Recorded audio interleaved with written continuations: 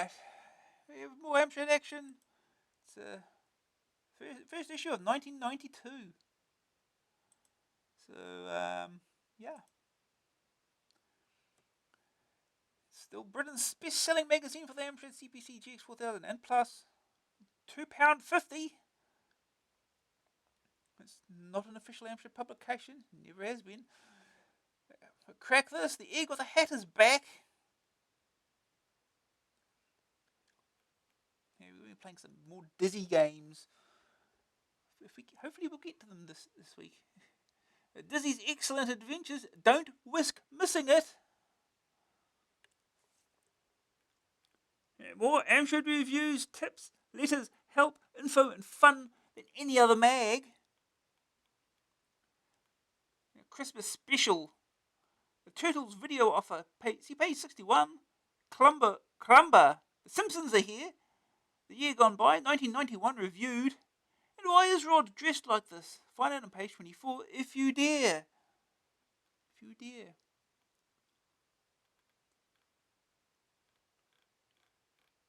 Check out the action. Terminator 2, WrestleMania. And the Simpsons, Bart versus the Space Mutants. And Dizzy's Excellent Adventure, 5-game pack. Look at them all. 5 Dizzy games that we haven't played before. When we get to the review, we'll have to play each and every one of them.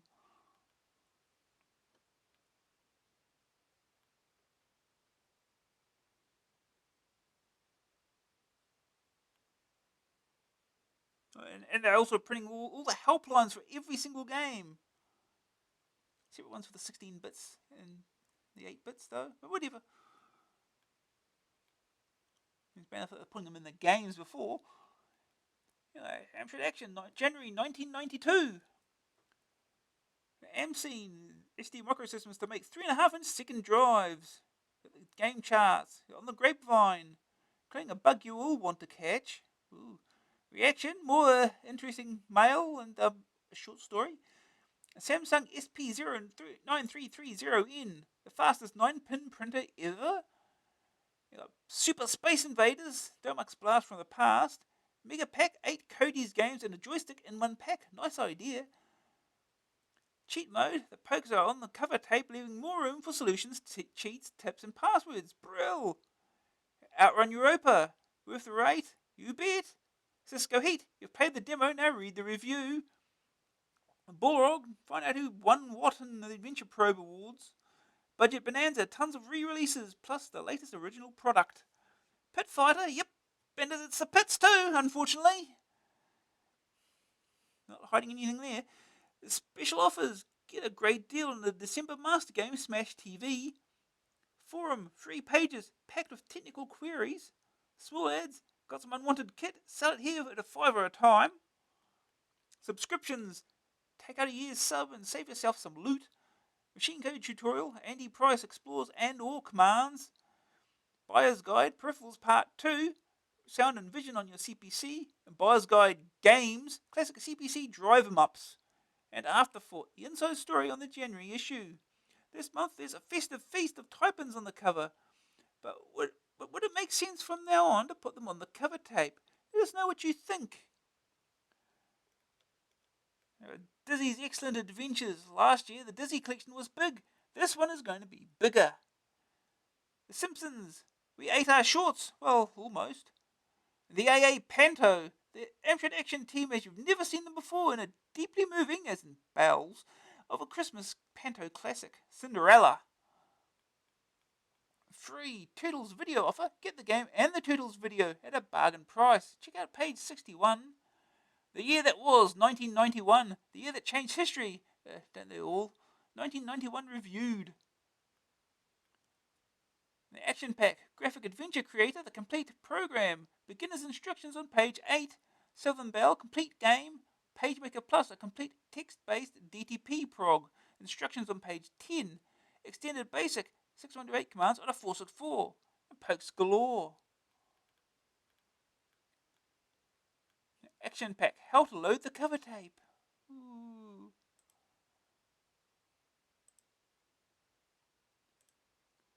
Southern Belle.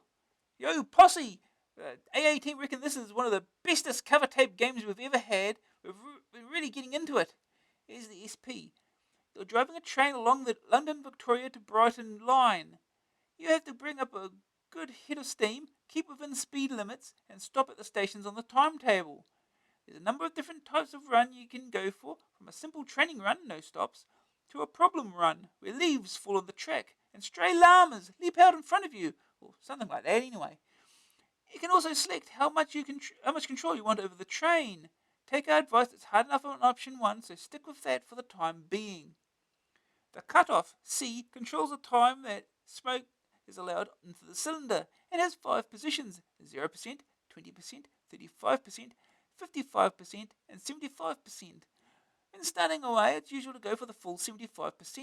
During the run, the cutoff can be used to change the mix in the cylinder. Use the smoke demonstration keys to check you've got the right mix, and then jiggle things about if you haven't. The regulator, R, is indicated by a lever on the top left of the cab.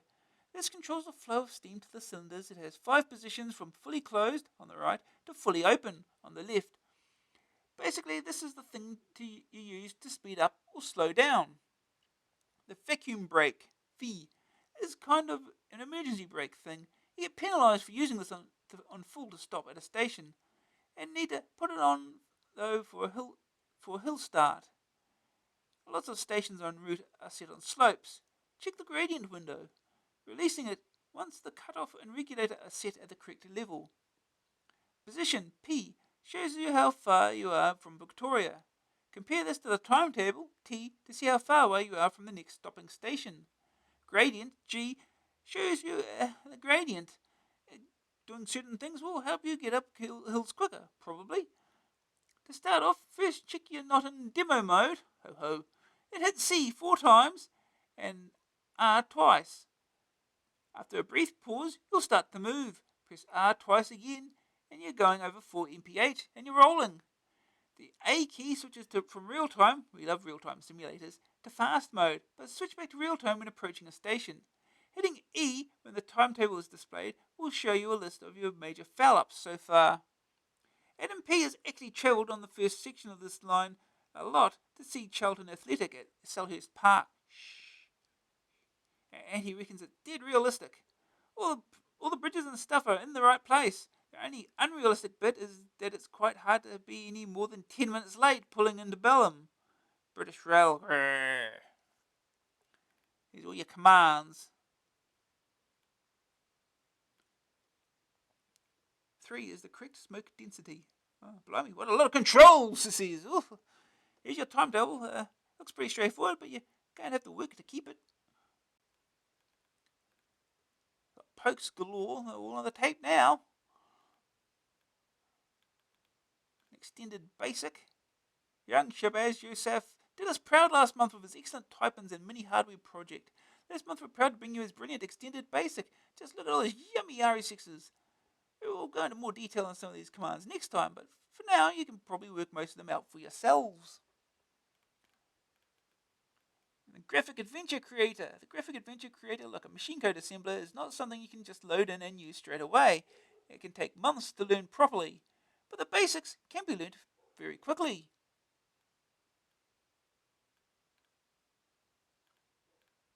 Competition time! Oh no! Yep, you guessed it, we're running a competition for the best JC game, written with this cover tape prog. To stop people cheating and sending in games they wrote 3 years ago, not that we don't trust you or anything, we've decided to write a little storyline. You are intrepid staff writer Adam Peters, saviour of the innocents, and all-round Mr. Nice Guy, who's been magically transported to the Balrog's lair. Quite what will happen next is unknown, but you must rescue a damsel in distress, Princess Marianne, who the Balrog has captured. That's it, all you have to do is use your newfound JC skills to write an adventure based around the above storyline. The prize? The winner's game will appear on a future cover tape, which will probably lead to more fame than Michael Jackson and oodles of money. Well, probably not, but you can dream.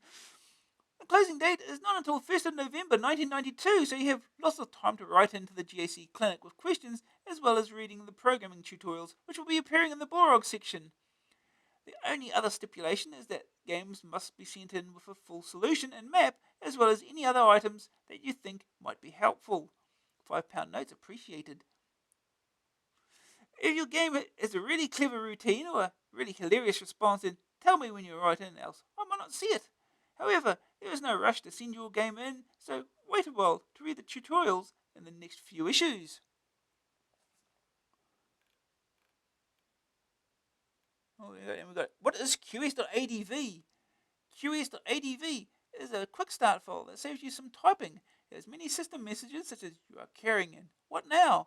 Many useful verbs, examine, north, south, east, west, look, etc., and several of the common low priority conditions associated with them. This is to allow you to get into writing your adventure without having to write the basics each time.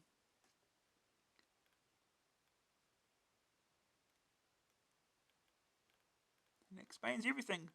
Well, almost. PageMaker Plus T instructions. Yes, well, we haven't finished it yet. The status bar is at the bottom of the screen. Here we are, folks!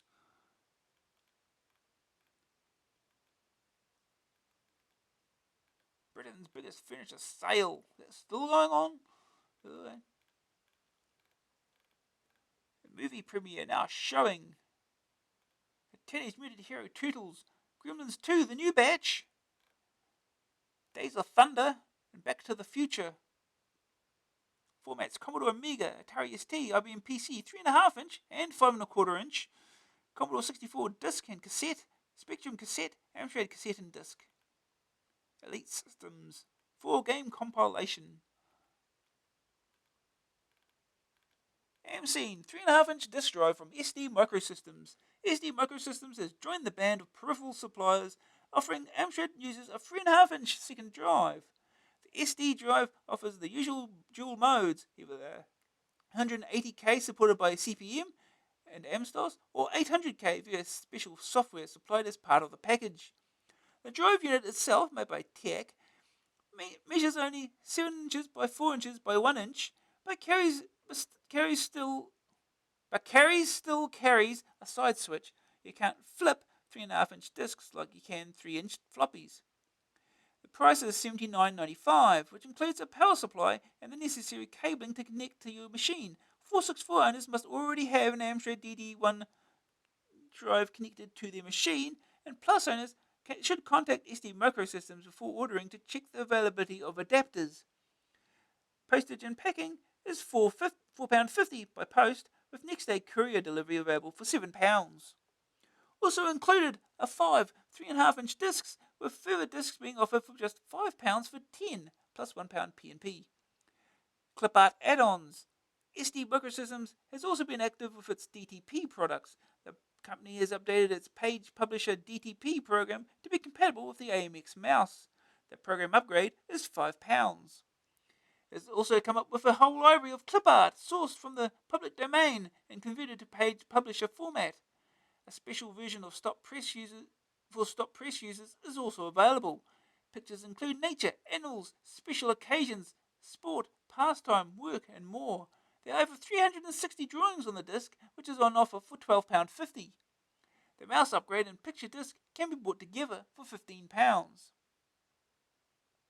Fujitsu DL900 down in price. The 24-pin wide carriage Fujitsu, which we gave 90% when we reviewed it in AA74, is down in price. We thought it was pretty good value already at £294. But now the machine has been reduced to £249. At that price, we reckon it's excellent value. Skull PD changes. Alan Skull's public domain library is from now only going to be open only to subscribers to CPC Domain, the library's regular magazine. This is because the time constraints, says Alan, has, however, drastically reduced copying prices for subscribers. You can now get a whole disk full of software for only 75p when you supply the disk and a return SAE. And there's more. CPC Domain isn't going to be printed from now on. Instead, it'll be supplied on disk as a disk zine. Each issue will consist not only of all the usual news, features, articles and reviews, but samples of the latest PD software.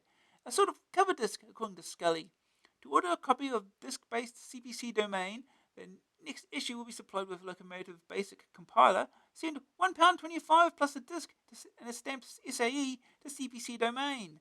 Alternatively, for information about the library and CPC Domain, just send a stamped SAE. You're going disc only. New educational catalogue. Ricket Educational Media is the largest supplier of educational software for the CPC, and it has just released its new catalogue, Educational Software Appearance Guide. This is just one of 3 catalogues published annually by Ricket, and contains a compilation of over 200 of the best educational programs, many available on the Amstrad. Ricket also publishes a primary edition, which lists around 500 programs, and a comprehensive edition, over 1,000 programs. Parents interested in the latest educational software can find Educational Software Appearance Guide at most leading newsagents, selling at £1. However, Amstrad Action readers can obtain the catalogue free of charge from by writing to the following address and mentioning AA. So it's free to AA readers. Ooh. Future Show breaks all records. Future Publishing's very first computer show turned out to be the biggest ever. Okay, so it was centered around those boring Commodore machines, but there was still plenty there to interest owners of all formats, including demonstrations of Commodore's CD-TV system and a virtual reality demo, plus loads of arcade cabinets, exhibitions, and bargs. A total of 35,790 visitors turned up for the show, and the future is already looking forward to next year's event. Final Fight is 128k only. When we reviewed Final Fight AA74, we didn't realise the game was 128k only. Owners of 64 machines beware. This applies both to the copies on the shops and those available from Amstrad Action's special offers page. It's the charts. Welcome to Amstrad Action's very own software charts. We compare all your charts with what's happening in the shops and compile an exclusive AA guide to what's hot on the street. It's a full price. Terminator 2, Ocean. Arnie's still there, but can he hold on for the Christmas #1? Stay tuned. Dizzy Collection, Codemasters. Blimey, the original Dizzy compo is still battling away a year after its original release. Cartoon Collection, Codemasters. And a new Cody's compo has leapt in to join it. The new Dizzy compo is still to come. World Class Rugby, Audiogenic. England almost won some big rugger tourney this year. Well done, chaps. Final Fight, US Gold. US Gold's boasting 128k only beat 'em up, kicking and punching ahoy. Manchester United Europe, Chrysalis. The Red Devils, as they're called, in a reasonable footy sim. We're backing Leeds. Rainbow Collection, Ocean. Those 3 cute 'em ups that will make you chunder over your keyboard. They're good, mind. Capcom Collection, US Gold. Serious Blasting ahoy, one of US Gold's 2 Crimbo combos. Watch out for Max Pack too. Smash TV, Ocean. Timid chart entry for AA's Game of the Year. Come on, buy it, it's great. Big Box, Bo Jolly. Still hanging in there, the 30 game barg pack. They're all old, but some are quite gnarly. The budgets. Batman the Movie, Hit Squad. Moonwalker, Kicks. Terrakin, Kicks. Chase HQ, Hit Squad. Seymour Goes, somewhere, but Codemasters. Quattro Fantastic, Codemasters. Operation Thunderbolt, Hit Squad. Slightly Magic, Codemasters. Quattro Coin Ops, Codemasters. New Zealand Story, Hit Squad. The Readers Charts. Blimey, our youngest Readers Chart person ever, i.e. younger than last month's. Laura Burke from Peterborough is a mere 6 years of age. Her brother Simon, who writes to Reaction a lot, sent in charts for both himself and Laura. We decided to use Laura's because Simon is wearing a frightening pair of shorts and not a lot else and is picky. And Laura has the good taste to include Ed the Duck in her chart. Hurrah! Send your top 5s and snapshots to Readers' Charts. Alright, number 1, Teenage Mutant Hero Turtles, Mirrorsoft. Ed the Duck, Impulse. Terminator 2, Ocean. 6-year-old playing Terminator 2. Bulldozer, from the AA cover tape. And Pictionary by Domark. Previews on the grapevine. Stop Press. The coders are going berserk. There's going to be a new standalone Dizzy game for a start, where Dizzy is made to walk the plank and then has to work his way up from the bottom of the sea. Bubble Dizzy was actually one of the games penciled in for Dizzy's Excellent Adventures, but lost out to Dizzy Down the Rapids. Bubble Dizzy is positively normal though compared to Soccer Pinball. This one is sort of a cross between pinball and football apparently. Fine.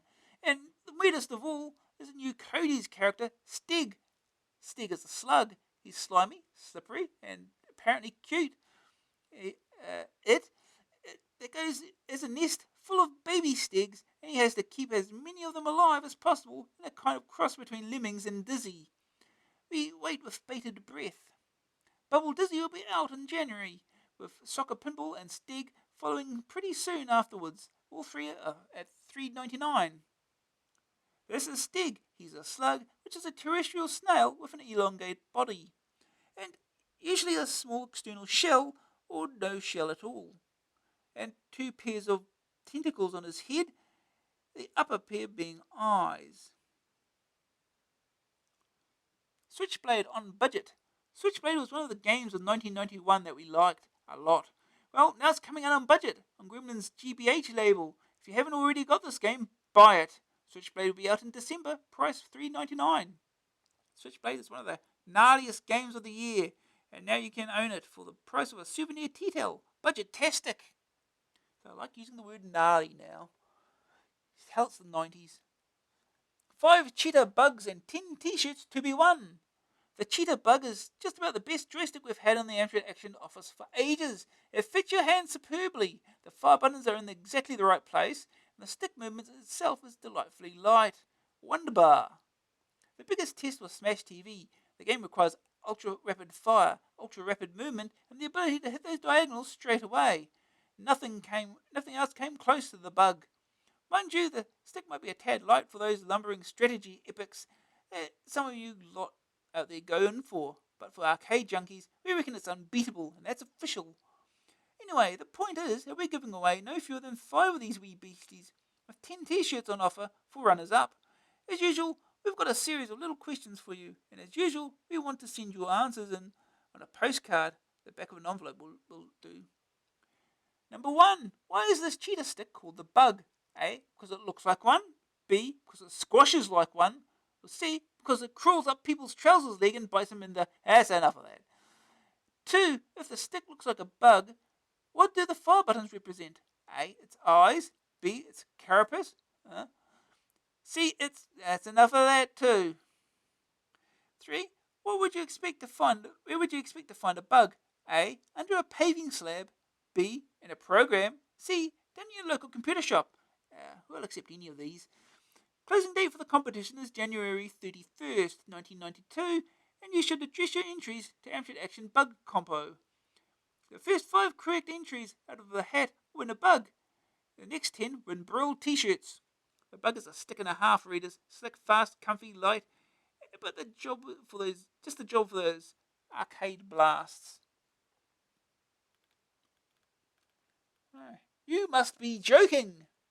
Well, yes. How does this work then? Well, there's no doubt about it. The new K-Tron Stealth Games controller is different.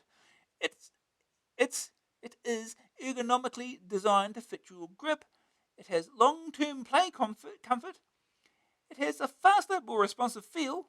A 6-foot cable, multi-directional control, and they all. Custom-made micro switches. It's guaranteed for 5 million operations. Whew, you're still going to have to turn it over for a few minutes to work out what to do though. Basically, you squeeze the 2 halves together or pull them apart to move up and down, and twist the hand grips up or down for left and right. The fire buttons are mounted on the underneath of the hand grips. Well, we don't like it. Sorry, K-Tron. The control is heavy, hard to get used to, though we suppose you would eventually, and the fire buttons are heavy and clicky. If you've got maulers like a Liverpudlian brookie, go ahead. Otherwise, leave well alone. The stealth controller should be in shops now. Price to be announced. WWF knocks them out. We've managed to prize a sneak preview of WWF out of Ocean, and it looks excellent. The controls are pretty simple. You just hit fire to punch and kick, and waggle like a madman to wrestle your opponent to the floor. You can play a variety of good guys, and there's a simultaneous 2-player mode for about 10 times the fun. We should be getting our review copy any day now. Seconds out. WWF will be out in December. Price $10.99 cassette, $15.99 disc. WWF Wrestling looks like being the next big craze. So the game should be a biggie, whatever it's like. It looks pretty darn good though. Next month, the Action Test section will be packed with games as we round up all the Crimbo compilations. How are we going to pack it all in? If only we knew. World Class Rugby now works on the Plus. Punch. Audiogenics World Class Rugby is brill. In fact, it's so brill that we gave it a rave last issue. Unfortunately, the tape version we were sent wouldn't work on the Plus. However, Audiogenic has since been in touch, explaining that from now on, all versions will be fully Plus compatible. Hurrah!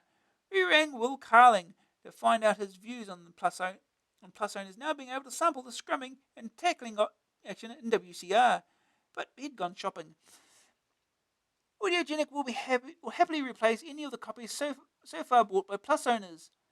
Address to write to is Audiogenic Software Limited. Fully Plus compatible versions of World Class Rugby should be in the shops now. Price $10.99 cassette, $15.99 disc. Help your child to a brighter future with the best in educational software. It's Fun School 4. Yeah, unfortunately they got rid of the robot. It's like a spy dude with his big nose. Well,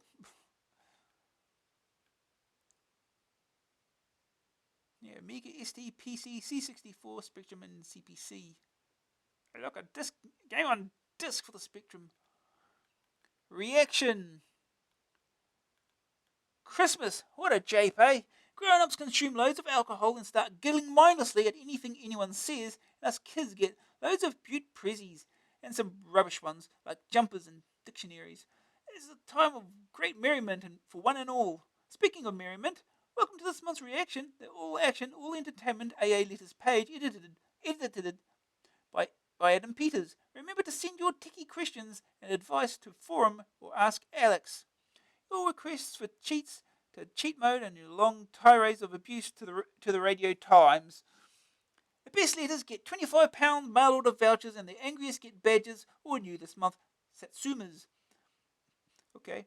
Alright, let's wolf down the rest of this festive nut roast and see what you lot are spouting about this month. A loony writes, I think AA is fab, but I have nothing to do at the moment, so I have decided to complain about some things that had nothing to do with you. 1. First of all, why haven't I got much money at the moment? I think that on the front of next month's issue you should have a free $5. 2.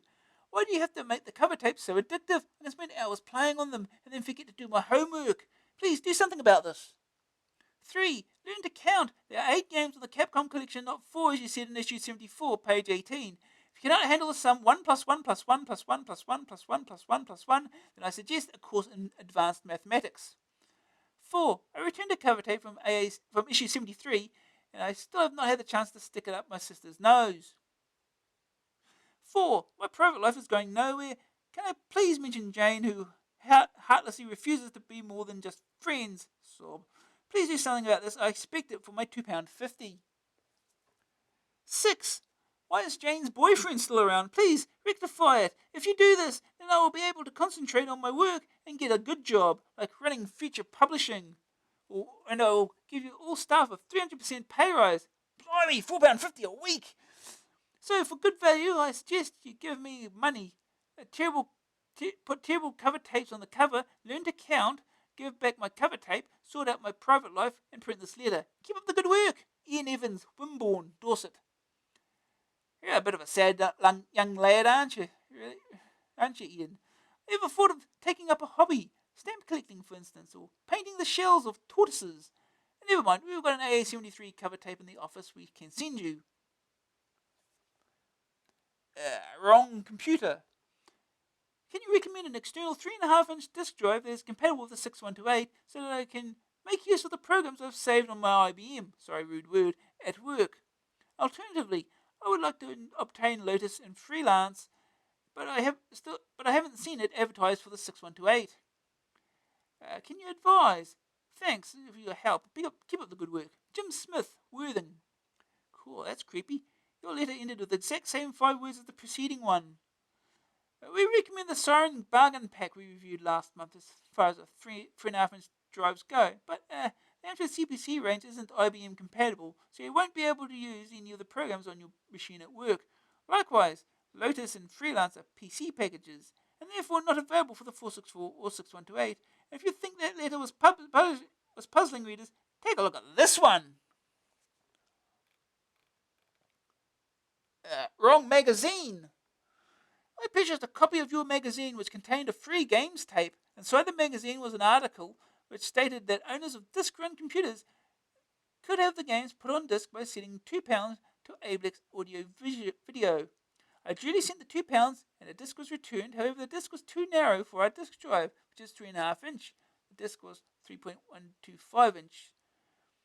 And we therefore could not run it. I returned it to Ablex asking for it to be put on 3.5 inch disc, but they returned it in the small size, saying that this is the only size they do. I feel that you should have mentioned in the article that the discs do not come on 3.5 inch size, and I would not have sent for it. As it is, I've wasted £2 on a disc I cannot use. I think it is very misleading just to state that the games can be supplied on disc for £2, thereby implying that anyone can have them on disc at this price, which is not true since you can only have them if you have a narrow 3.125 inch disc drive. This should have been stated so that readers with larger disc drives did not waste their money sending for the disc. Perhaps you would bear the larger disc drive users in mind when making future offers of this sort. J.A. Mill, Newark, Notts. Don't take offence at this, Jeremy, but what computer have you actually got? Amstrad Action is a magazine for the CPC Plus range of Amstrad computers, 464, 664, 6128. All disc-based CPCs use 3-inch discs. Though 3.5-inch disc drives can be bought for them, these can only be used as a second drive, so every CPC disc user will have a 3-inch drive. You haven't, therefore you haven't got a CPC. Therefore, you should be buying a magazine called PC Format. I'll probably knock a few thousand off our circulation by revealing this, but if it says PC 1512, PC 1640, PC 2086, PCW 8256, or PCW 8512 on your machine, I'm afraid you're buying the wrong magazine. Whoops. It's that man again. So it's nearly Christmas, and what games have we got to look forward to? Turtles, Terminator 2, Hudson Hawk, movie licenses, a lot of them. What is the point of film licenses, and why do big software companies insist on producing so many of them? Perhaps they're too stupid to think up their own ideas for games, and have to rely on ready-made plots. The whole thing seems quite unnecessary. So many brilliant films produce crap games, and vice versa, though I can't think of any. Software houses are conning the public, relying on the movie industry rather than their own programmers for their income. They push half-baked multi-load trash onto us, which we eagerly snap up because we like the film. It's completely disgusting. Ocean, US Gold, and Microsoft, the 3 prime offenders, should be ashamed of themselves. They are conning the games buying public. It's all boycott the licenses, then maybe the programmers will have to start coming up with some ideas of their own, and we'll get some better games to play. Peter Worley, Ilford. Phew, maybe we found the new Emma Broadley here. Fancy a column, Pete? Oh, don't give them ideas. Oh boy, let's get him. I'm writing this letter in response to Mr. D. Shearer's letter in AA74. His review of Amstrad Action is full of beep. He must have eyes growing out of his beep if he thinks the reviews are beep. The reviews are written in a comedy-style manner, which makes them more interesting to read. I bet his idea of a good review is sitting down and reading the beep instructions to the game. As for the cover tape, you cannot expect AA to give away £10 games just because you're so tight that you don't want to spend more than £2.50. If you think £2.50 is bad to pay for a cover tape of 3 games, which they don't have to give away, what the BB are doing buying a computer for which the games cost £30 each? Chris Clary, Liverpool. This is just one of the dozens of letters that came flooding in from all corners of Britain after our call to arms from the Let's Stuff Up D. Shearer campaign. We're getting together some baseball bats and organising a coach to pick everyone up. Stop reaching around at him. You're loosening those straps.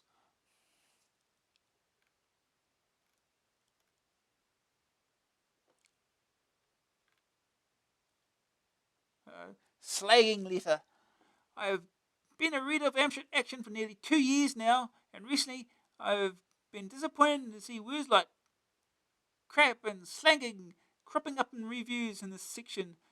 Please, can you tell me if your editor is ill-mannered or just thick in the head? Because if you ask me, you should fire him. David Watkins, Cardiff. Yeah, Rod's a right nasty piece of work, swearing and cussing all day long. I just cover my ears and hope he stops being so belly rude. I'd like to say I understood your point of view, Dave, but unfortunately, I think you're talking crap. Which, which do you reckon is more ill-mannered readers, using the word slagging or calling someone thick in the head? Get a life, David. Oh no. Alright, angry letter of the month. CPCs are crap. Selected highlights. What is the difference between an Amstrad computer owner and a train spotter? Yes, absolutely zilch. They both are waiting for something that is either too late in arrival, broke, or out of date. Believe me, the machine is ready for the Antiques Roadshow. Just look at the overall graphics and detail of most of the games provided for your heirloom relic. Haha, pathetic. You can get better graphics and sprites by putting a Doc Martin boot on top of the 3 felt tip pens.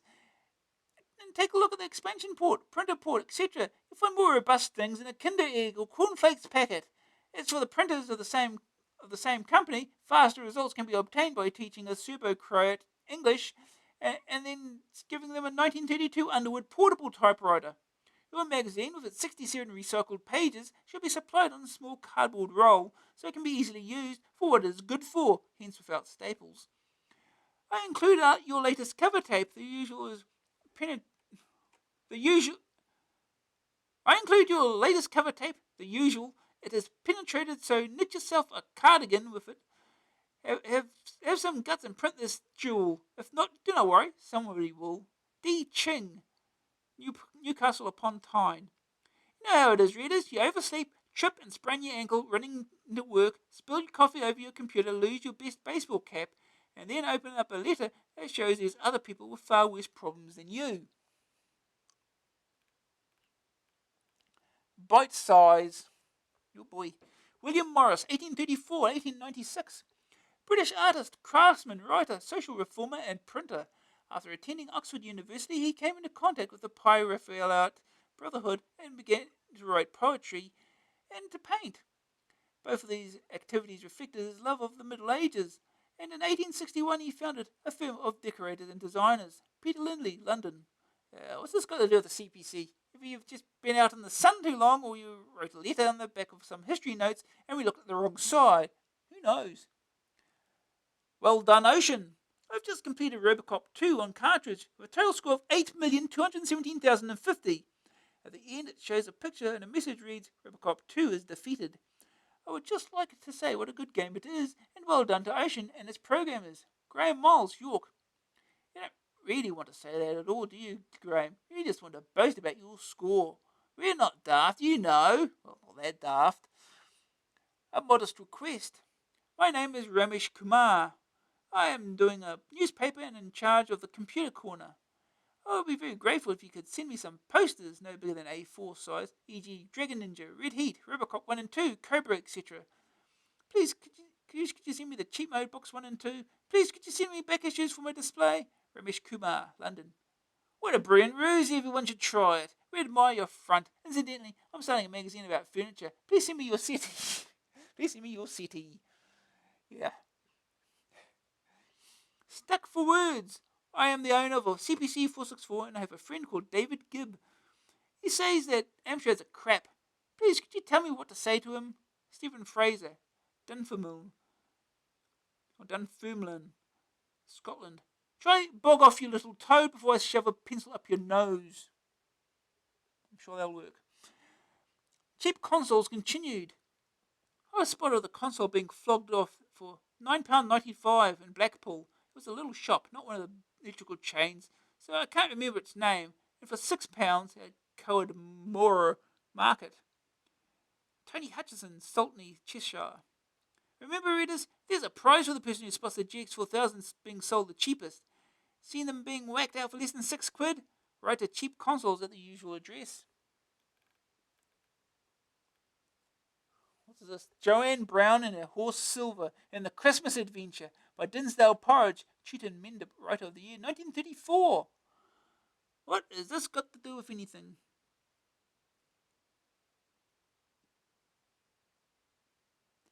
Hello, my name's Joanne Brown, and I got a bit of a fertile imagination. I usually spend Christmas with my friend Charlotte and her family at the pig farm in Somerset. This year, though, Dad decided I should spend the holiday period with my strange uncle Angus. Of course, my horse Silver and my beloved CPC went along with me, which made things rather crowded as Uncle Angus lives in a very small shed in Peckham. The holiday started off quite well. I taught Angus how to play Chip's Challenge, and he showed me some of his satanic artifacts. Silver seemed to get on really well with Uncle Angus's cat Lucifer, though she did eat it at one point. Angus didn't say anything, but I don't think he was too happy about that. It was shaping up to be a wonderful holiday. Then a couple of days before Christmas, something very odd happened. Uncle Angus disappeared. He said he was just popping out to look for his 76 Cavalier, and when he didn't return, we started to worry. Silver was up all night chewing her hooves and peering out the window. In the morning, we raced down to the local police station and told Sergeant Whiplash what had happened. Oh, don't worry, said the sergeant, grinning inanely. I'm sure the old duffer will turn up. We're all off Christmas shopping. If he isn't back by the new year, let us know, and we might do something to look for him. I rushed out angrily, Silver leaving the little present on the cop shop floor for the uninterested officers. We would have to find Uncle Angus ourselves. It was time to put the Dizzy tapes to one side and get serious. Silver drew a picture of Uncle Angus in Smart 2, and borrowing a friend's printer, we printed it out and wandered the streets of southeast London, asking people if they'd seen him. Horse can use the computer art package. Okay. After a day's searching, we had got nowhere, and we were about to give up and go home when we met a man called Gary in a pub, and he told us that Uncle Angus had been kidnapped by aliens and had been locked in a laser web on the spaceship Nikanay. We rushed as fast as we could round home to the senile scientist Frank Wobblebottom. Frank was straight into action, rewiring the CPC to turn it into a space bike. Silver, Frank and I leapt on and were soon scouring the cosmos for the Nikanay.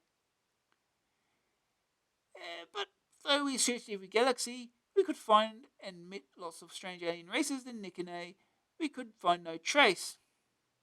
We returned home desolate. We would never see Uncle Angus again. Imagine our surprise when we met him on our walk back from Wobblebottom's house. We thought you'd been kidnapped by aliens, we cried. I've just forgotten where I live, he said. Oh, how we laughed. For Christmas, I got a new Conic Speed King joystick. We had a slap-up Crimbo lunch, and then I gave Silver a game of international 3D tennis while Angus went off to the basement to see how his turnips were gestating. What a Christmas! Good. Wonderful. Here's Samsung SP09930N. £222. Samsung. Samsung are well known for producing TVs and microwaves for the lower end of the market. Now the company's produced a 9-pin printer. It's cheap, that's for sure, but is it any good? Adam Waring checks it out. Tech specs: number of fonts 2, number of pins 9, draft speed 250 characters per second, LQ speed 50 characters per second, resolution 120 dots per inch, interface parallel, tractors type, rear push feed, auto paper park, yes, buffer size 3K. Good news, advanced features for the price, faster than a very fast thing. Bad news, limited fonts, jingles become irritating. Verdict 88%. Good, it makes noises. 5-game pack, a cartoon collection. Dizzy, CJ's Elephant Antics, Slightly Magic, Spoken Transylvania, and Seymour Goes to Hollywood. Codemasters. Note, Amstrad users will have Little Puff substituted for CJ's and Elephant Antics. Amiga screenshots shown. Oh boy, it's the AA Christmas Panto. A cast of thousands, well, half a dozen, a budget of millions, £50, and spectacular locations, Bath council offices, are the ingredients for the seasonal spectacular from Amstrad Action. Relive the magic of one of pantomime's favourite stories. Cheer the villains, brew the goodies, and get your hankies for one of the saddest productions ever seen. We mean that. It was just another day at AA Towers. Young Cinderella Booth was hard at work, sorting out games in the cellar, whilst her cruel stepfamily looked on. Screeched stepmother Ermintrude. Get a move on, Cinders. You can lick the dirt off the floor afterwards. Oh, sobbed Cinders. You were always so horrible to me. We're not horrible, shouted stepsister Hattersley, picking her nose with the end of a pen. We've given you a roof over your head and a job to do. You should be grateful, you good-for-nothing old plop-face. Ha ha ha. Who are the buns? Yeah, get a move on, you lazy devil, screeched Jemima, Cinder's other stepsister, as she thwacked Cinders round the head with a baseball bat. Once you've finished tidying the cellar, you can wash our clothes, then clean out the attic with a toothbrush. Poor old Cinders, forced to tidy the AA cellar and wear charcoal on her face. If only there was a woman waving a shuriken on a stick, which she wishes to herself. Suddenly. Yeah, 'cause we need clean clothes for the ball tonight. We're going to get off with Prince Charming and become princesses, added Hattersley gratuitously. Cinderella started to cry. 3 years of dress cleaning, floor scrubbing, and driving lesson gags later, and the uglies leave for the ball. And don't forget, we expect you to have redecorated the office and built a new joystick splitter by the time we get back, shouted Ermintrude. The door slammed shut. Cinderella sat down on the floor and started to cry again. Oh, it's not fair, she babbled. I want to go to the ball and fall in love with the prince. My stepfamily are also horrible to me. Boo-hoo! Suddenly there was a flash of light, and a 22-year-old woman in a fairy costume appeared. Cinderella, having been warned about people like that, ran off and hid. Cinderella, called the fairy. Go away, you're weird, shouted Cinders from behind a pile of boxes. But I'm your fairy godmother, protested the fairy godmother. Oh yeah, a likely story, shouted Cinders, shivering a little. No, it's true, insisted the fairy. Look, all of a sudden there was a green flash and all the games sorted themselves into the right boxes by themselves. Cool, said Cinders, coming out into the open. You're my fairy godmother after all. Indeed I am. And you, Cinders, shall go to the ball.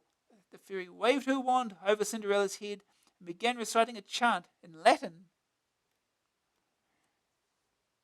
Meanwhile, at the ballroom, the sisters were trying to attract the attention of the prince. Yo, oi, Princey, over here! Woo! Shouted Jemima. Get a load of these! Shouted Hattersley, waving bits of her body. But the prince ignored the two nerds and their strange bearded mother, choosing instead to talk to a Swiss cheese plant in the corner. Suddenly the room went quiet and everyone looked towards the dead, fit and lush young chicklet who had just wandered in. Caw, said the prince to the mysterious chicklet. Fancy a dance? All right, said Cinders, for 'twas she. They danced, started snogging, and pretty soon had fallen head over heels in love. Oh. But that was all 10 years ago. Today Cinderella and the prince are king and queen, living in a big house and paying no taxes, with a couple of lovely kiddies and a Range Rover. But what about Ermintrude and her daughters? Where are they? Oh, there they are, wandering around AA Towers, emaciated with hunger. Cinders, where are you, you miserable little toad? It's time for your supper. Just you wait till we catch you, young madam, they wail. And it's all true. Rod, gotcha, all right, you two reprobates. Adam W. Eek, help, somebody help. Adam P. What are you doing, Rod? Shut up and look at the camera. You've got to take your medication today, huh? Oh, dear. Oh, no. Amstrad Action presents its glittering array of stars. Mary Ann Booth, art assistant, as Cinderella. Mazza was the obvious choice for downtrodden, tormented chicklet Cinders. Barely a second goes by in the AA office without some cruel jibe about her driving or the daft things she says. What's her response? I think it should all just grow up. Brew, that told us. Jane Richardson, publisher, is Prince Charming. Don't let that whoops I just put a wet hand in the plug socket hairdo fool you. Jane's a dead important person, so who we can't say anything nasty about or we get sacked. So, nice river, eh? And don't you reckon there's a lot of good stuff on the telly nowadays? Cheryl Beasley, ad manager, is the fairy godmother. Chiz originally wanted to be Prince Charming, but no one argues with the boss. But why? Did she feel she could bring a new reality to the most famous panto roles? No. She wanted to wear lycra leggings and slap my fire lot. Overworked, we reckon. Rod Lawton, editor, is Ermintrude Ugly. A grim tale, readers. Rod was mightily reluctant to dress up in drag. It took 6 of us to hold him down, prize him into the outfit, and parade him around the future offices so he could get used to the costume, of course. One of the blokes on PC Plus asked them out. Adam wearing Tiki Bod as Hattersley Ugly. Adam W. doesn't seem to need much of an excuse to dress up, whether it's as Dracula on Halloween, Guy Fawkes on Bonfire Night, or an ugly sister here. Yeah, she was still wearing the outfit when we met him down the pub the following night. He wanted to buy it, apparently. Adam Peters, staff writer, as Jemima Ugly. Believe it or not, Spotty has actually got an A level in drama, strange but true. For his practical exam, he rapped the opening speech to Richard III, whilst throwing paper snowflakes into the audience. I failed the practical, if you must know. That's a relief. Oh dear. Oh, we've got an action test, finally. Yes, what the? Right, action test, which is going to be the biggest this month. The Simpsons, Dizzy's Excellent Adventures, we already know which is best. A Dizzy collection. Can the Codys top the charts? Cisco Heat, go around the bend in Cisco Heat. The Simpsons, just the thing to go with your Bart dolls, Bart Bubble Bath, etc. Outrun Europa. Outrun Europa is the best of the series, by a mile. Pit Fighter. Pit Fighter really is the pits. Sorry, Domark. Yeah, that's the second time they've said that. Something to look forward to. Right, Super Space Invaders. Domark, $10.99 cassette, $17.99 disc. Hello, Keith Floyd here with a recipe for you. Take a classic old arcade game, remove all the gameplay, slow it down to a previously unplumbed level of laboriousness, throw in some invisible sprites, and bung in a fancy box. Then charge 3 or 4 times what would be an acceptable price for it. The game is a reworking of one of the very first computer games ever. You control a ship moving left and right at the bottom of the screen, firing at the rows of aliens that move around above you. The original only featured sideways scrolling baddies, whereas this one gives you various other formations, kamikaze crews, a la Galaxians, etc., together with some largely unfathomable power-ups. Super Space Invaders is sad. As pitiful remakes go, only a Rolf Harris recording of the Beatles' Sgt. Pepper album could possibly eclipse it. Damning criticism indeed, but can we justify it? Well, for a start, the game is slower than any basic type-in we have ever received. It takes rows of aliens 53 seconds to travel a third of the way across the screen. Meanwhile, the background graphics use double-sized pixels, and the backgrounds are often almost the entire same colour as the sprites on top of them, making the sprites virtually invisible on numerous occasions. Not only that, many of the features listed in the manual, bonus levels, end-of-level guardians, aren't included in the Amstrad version. There's a simultaneous two-player option, but don't be surprised to see your partner taking control of your spaceship every time you stop moving, and whenever they hold down fire for a prolonged period. If you hear a local school or club preparing a time capsule, suggest that a copy of this is included, not because it represents the early 90s in any way, but just because 20 feet under the ground is the best place for it. First day target score. Get to level 6. Second opinion. The Space Invaders game style relies on split-second timing and exact positioning. Damned nigh impossible with something as slug-like as this.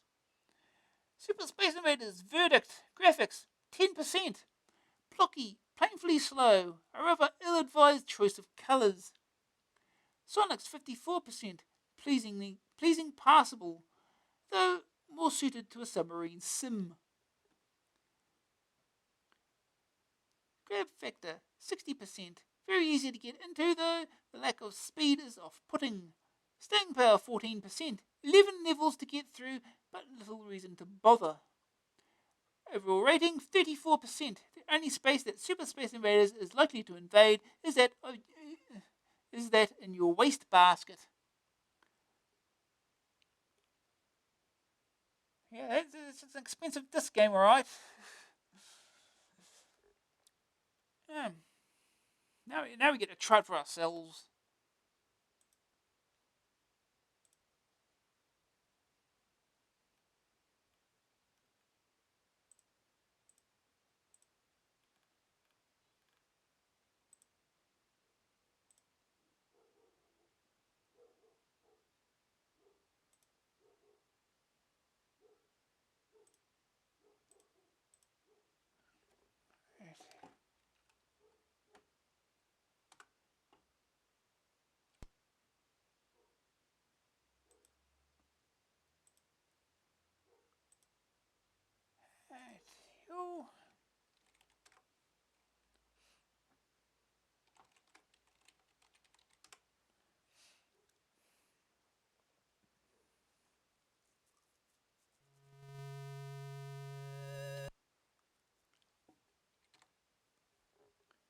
Super Space Invaders 91. Why doesn't it have the 91 on the loading screen? I think it does on the title screen.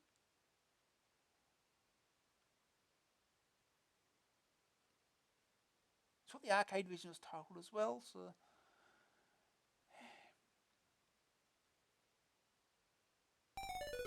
Yeah, it's 91 right there. Super Space Invaders 91. Now I've got to figure out how this game starts. Yes? No?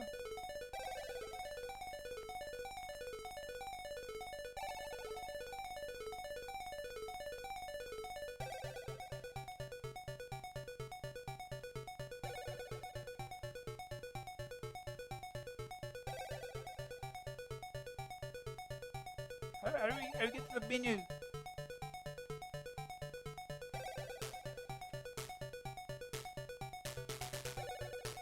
Here we go. Options.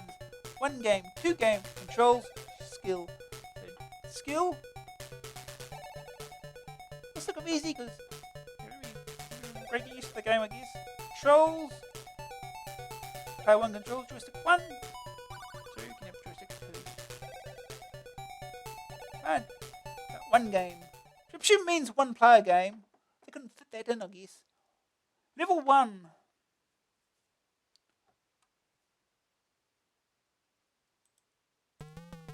Yep, here it is. Yeah, this is.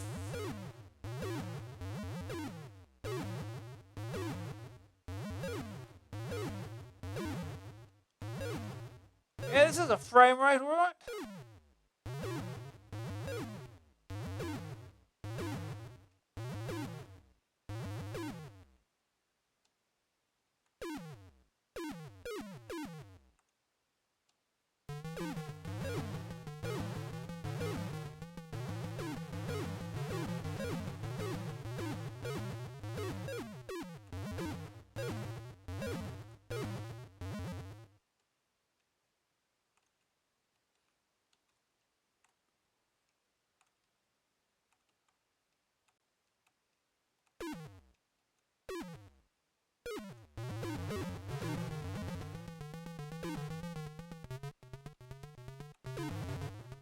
They do give us the power-ups at least. Huh. Rapid fire. Ooh, fancy.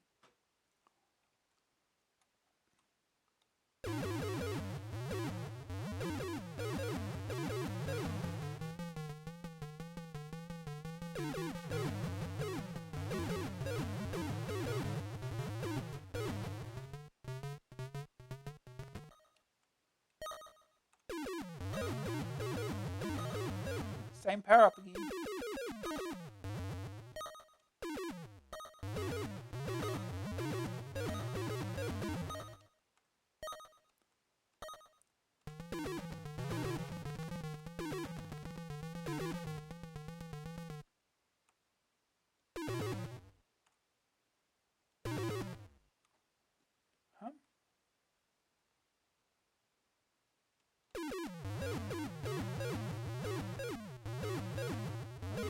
bigger.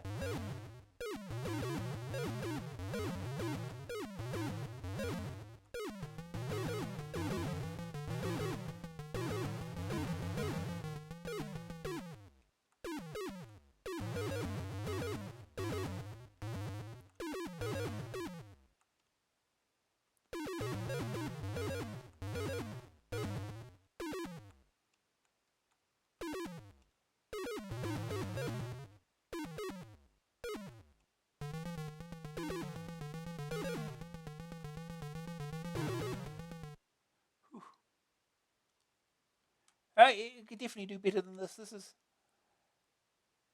painfully slow. No scrolls.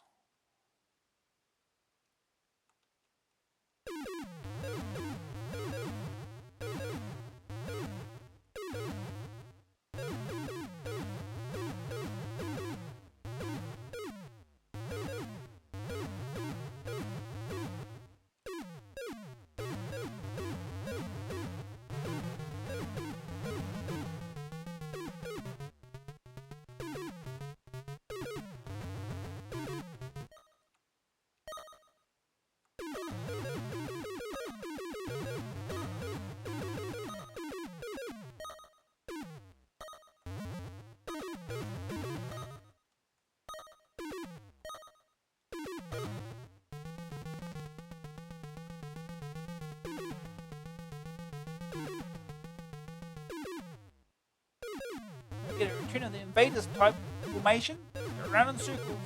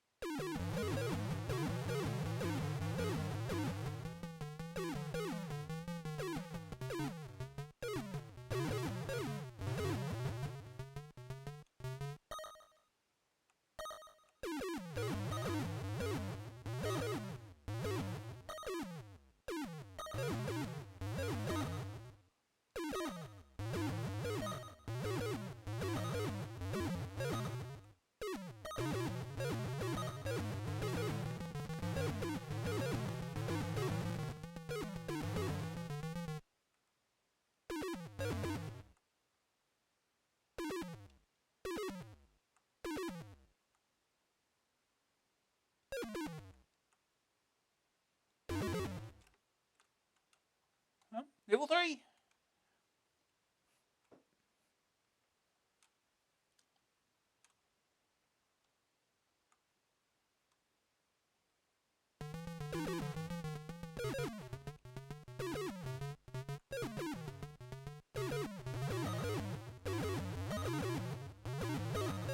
Where's the butterfly thing? Freezes the...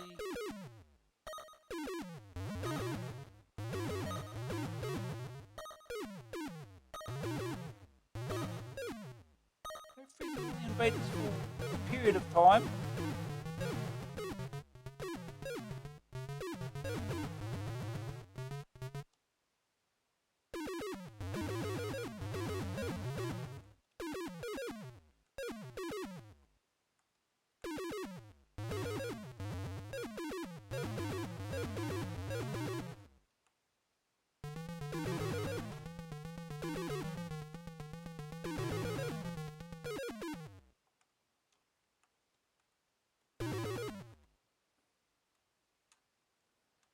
Huh?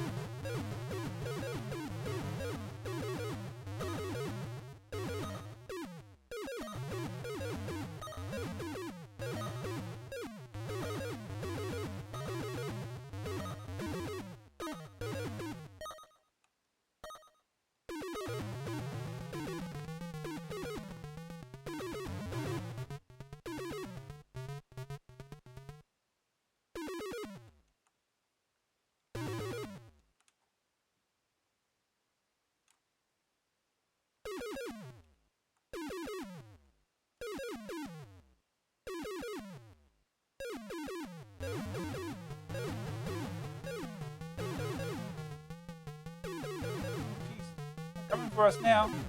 Ow.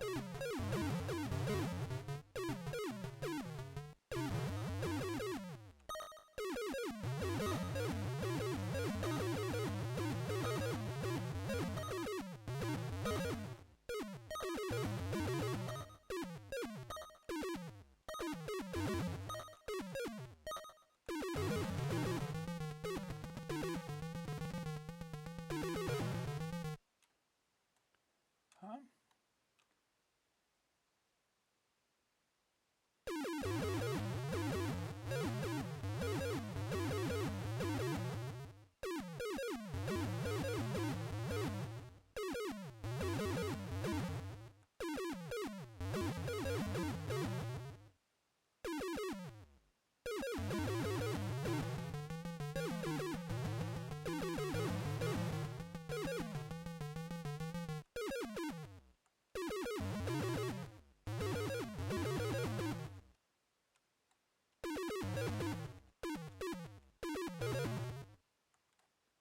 Well, level 5.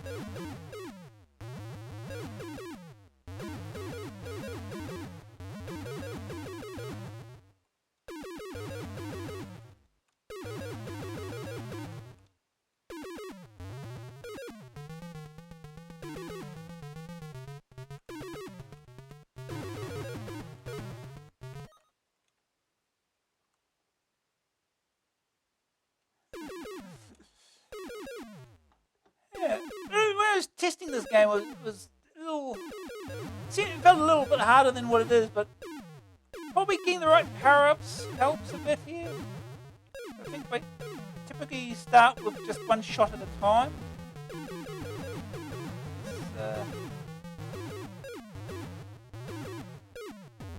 Ow. All things like that happen, you get trapped in the corner.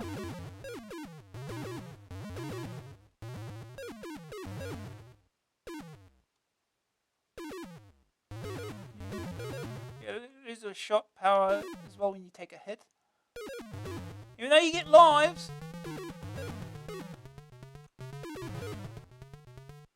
Oh, give me the power up at least. Jeez.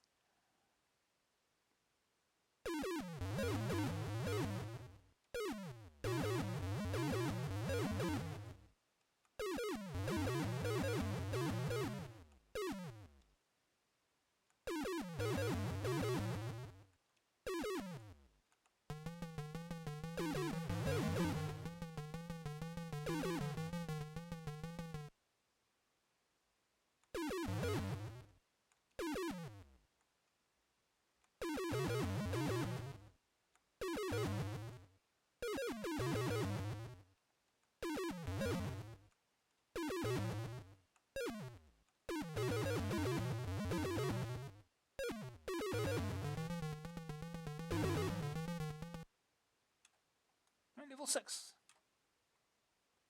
Now we're about halfway there. Almost. Oh, no, it's scrolling again.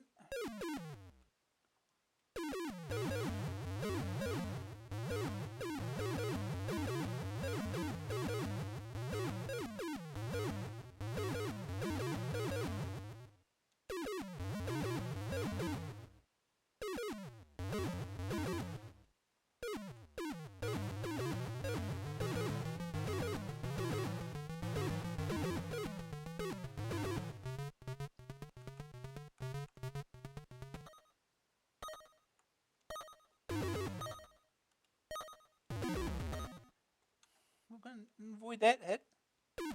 I'm down to one shot now. Oh no.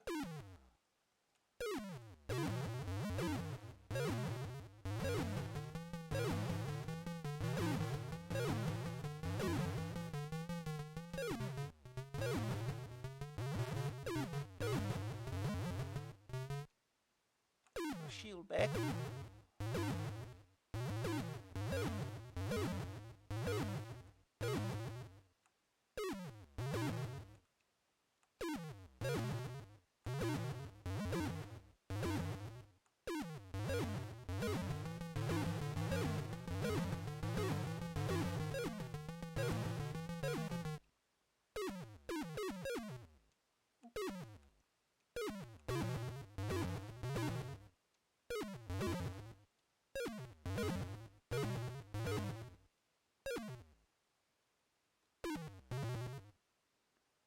Huh?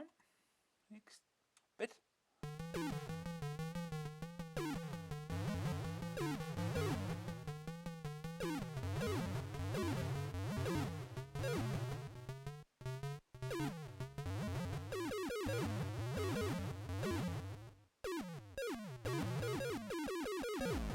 Oh,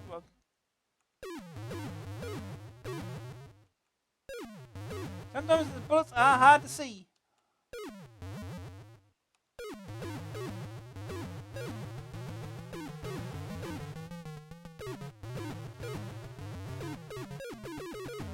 Yeah, like that.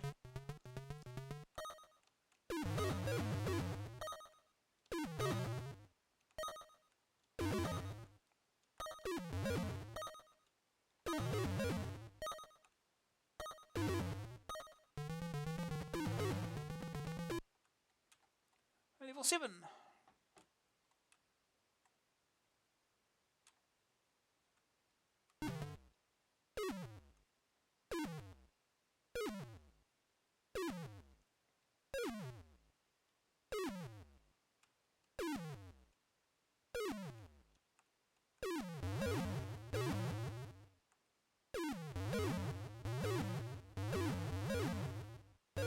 Oh, the angle was too late.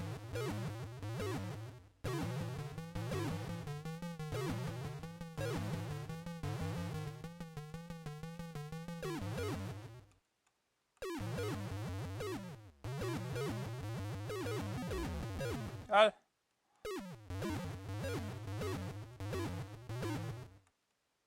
Well, this is almost down the...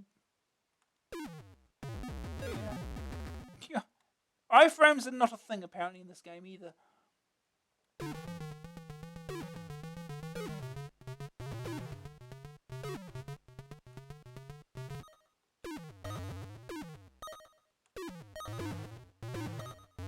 I do not know what this power-up actually does. Does something for a period of time? What? Who knows?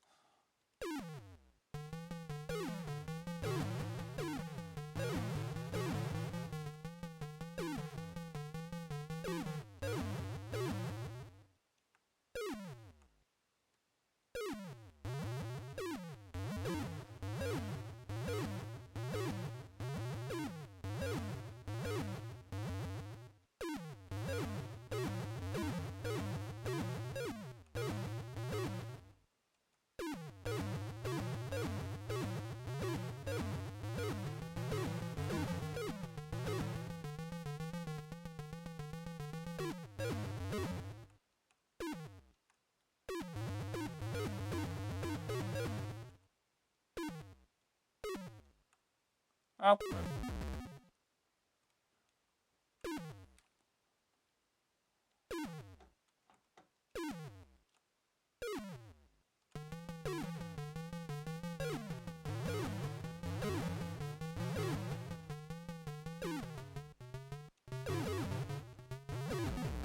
Yeah, that's avoidable or something.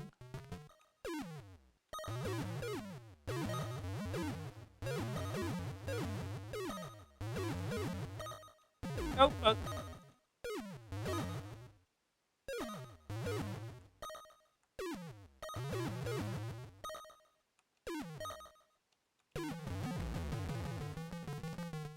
they're all falling apart now.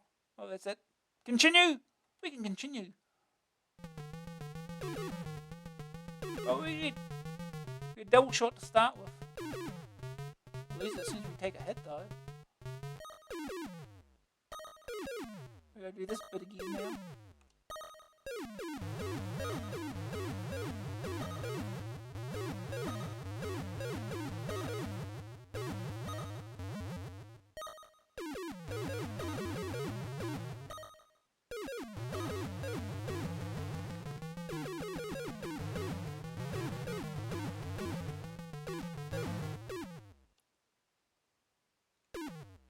Oh, yeah, it landed.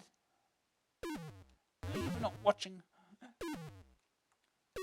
And lost the power up, obviously.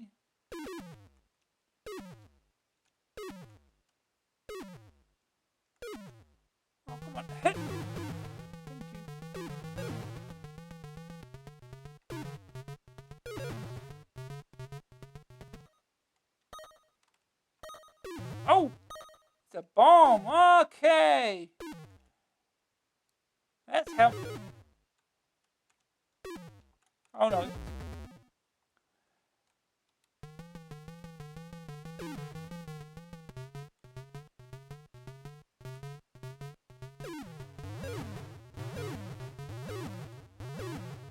Shield.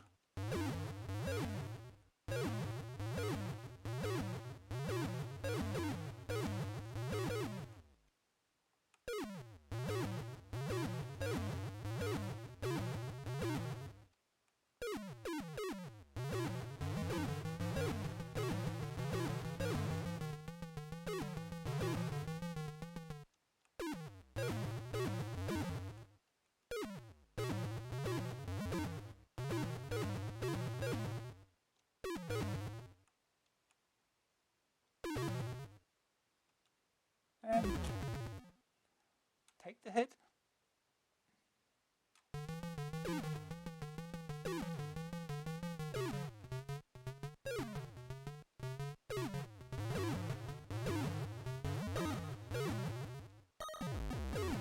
I did nothing. Oh, taking hits again. I hate the stage.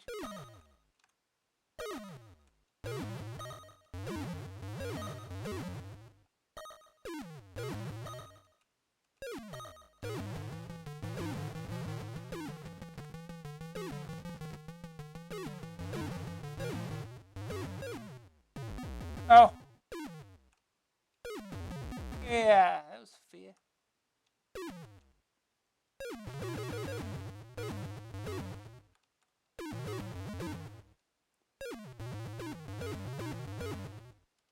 Oh, oh. Yeah.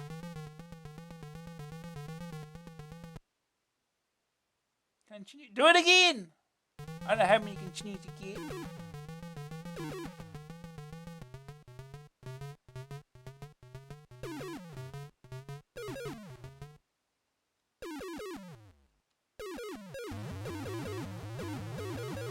Okay, raise the shot power up.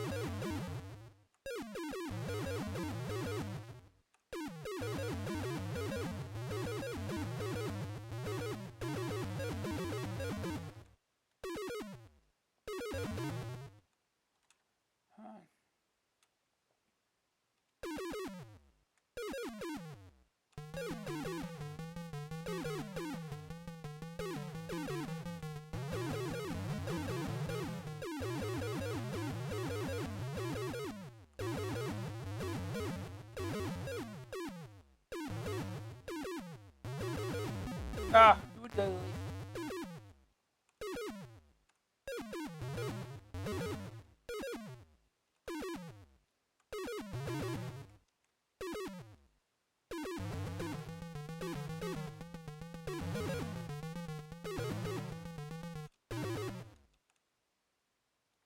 Ah!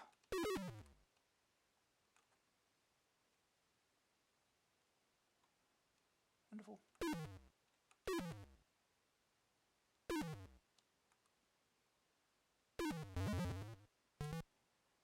Ah, level 8.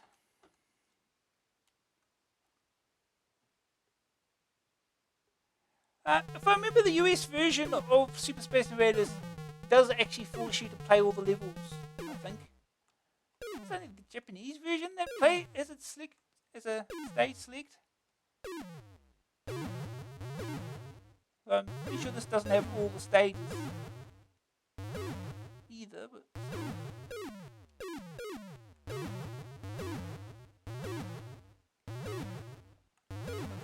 this is awful colour clash here. This is hard to see the damn thing.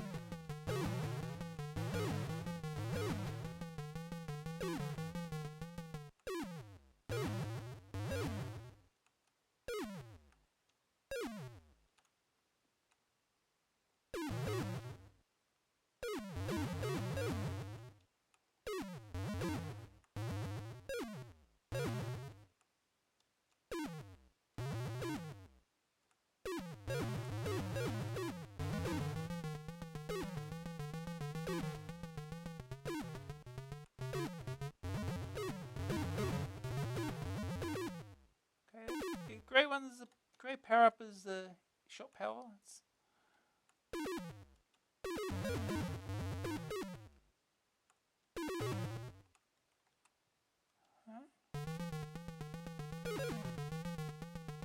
I missed it.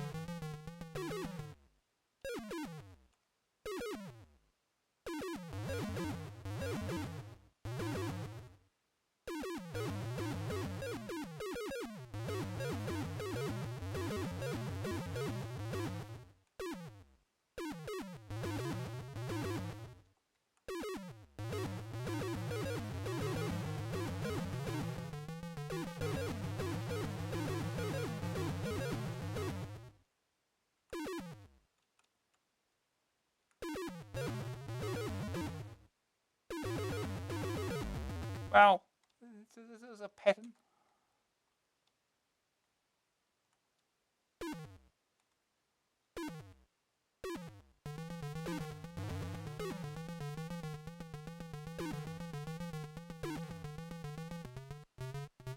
Ooh, red.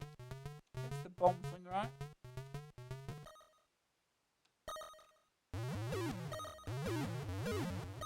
Created that instead for a change.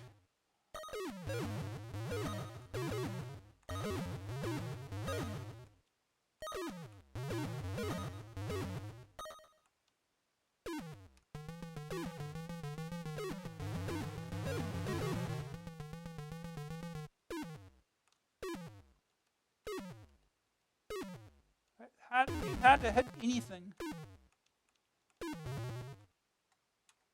Right, level 9. Can they be a bit clearer now, perhaps?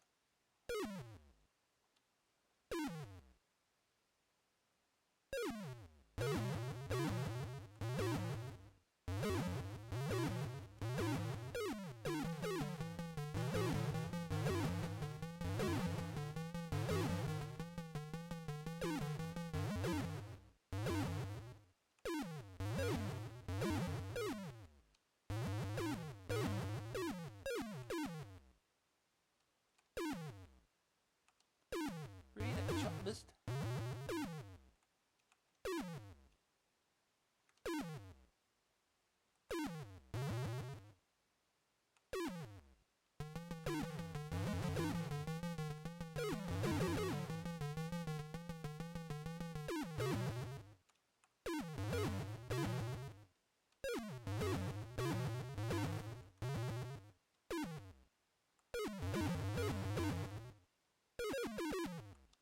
Oh.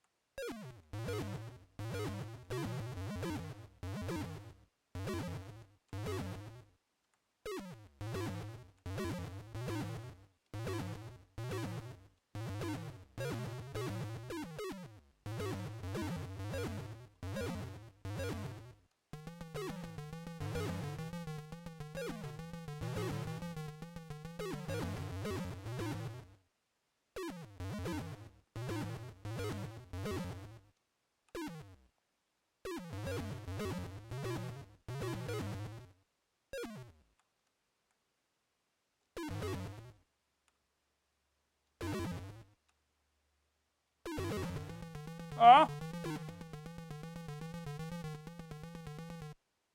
Oh, that's the end of that.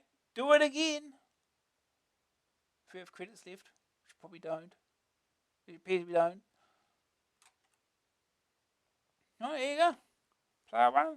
Drawing the most splendid heads.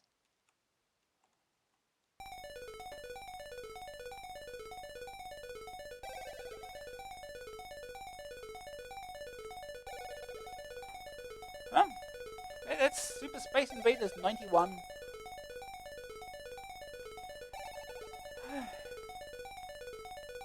Anyway, we're going to move on to the next one. Yeah, bonus stages, they left out, apparently. Mentioned in the manual, don't care.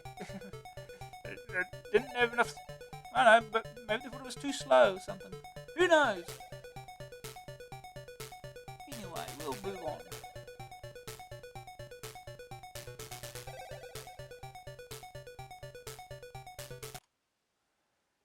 Alright, next game. It's the Simpsons, Bart versus the Space Mutants. Yo, this dude looks ordinary enough, but he might be a wicked alien space fiend. Back those X-ray specs on to find out. Yo, my name's Bart Simpson. What's yours? Never mind, I don't really want to know. Listen up. Aliens have invaded my hometown of Springfield. Bad news, hard dudes. Anyway, I've got to try and get rid of them, which ain't going to be easy. You see, they plan to take over the whole universe, and to do that, they need to collect purple objects. Don't ask why, man. They just take it as read or read. There's these spray cans lying around, you see, which I can use to spray purple objects red. Carlumba! Yeah, I heard that phrase before. It's dead important I stop those dastardly aliens and their purple gathering tricks. Just spare a thought for poor, well, not very poor, or really, diminutive pop star Prince. 1 minute safely curled up in his luxurious mansion, the next standing naked in an empty field. It's down to me to spare him that indignity. Some things I can't actually get close enough to spray, so I just gotta think of some other way to hide their purpleness, like dropping things on them or firing rockets at them. Sometimes when I jump, some money appears, and if I collect it up, I can buy magnets and rockets and stuff, which will be dead useful for me in my struggle. Except most of them I don't need, and they will disappear when I get to level 2, but there you go. Weird a bunga. What's going wrong with the screen? Nothing, you just bunged on your alien spotting X-ray spectacles. Ha! There are some nasty bad guys out there, man. I've got to avoid them. Some of them have disguised themselves as humans, using my X-ray specs, pushing down on the joystick. You can see who's a real person and who's a slithery spider-like dude. If it's a spider, jump on its head, man. If it's a person, don't, or I'll lose a life. I've got 4 lives in all, and there's a selection of restart points. It's a bit of a tough challenge, actually, dudes. So there's so many screens to wander through, and a lot of tricky puzzles to sort out. I'll keep you up way past bedtime, but then bedtime is for wimps, right? As well as money. There are other coin-like things flying around. Each one I collect, a letter will appear at the bottom of the screen. If I collect all the letters of their name, then one of my folks will show up. Or at least they're supposed to. Maybe they're busy doing something else. Because I'm such a radical dude, I can jump on platforms that no one else can see. I can bounce up and down on dustbins too, which is also quite useful.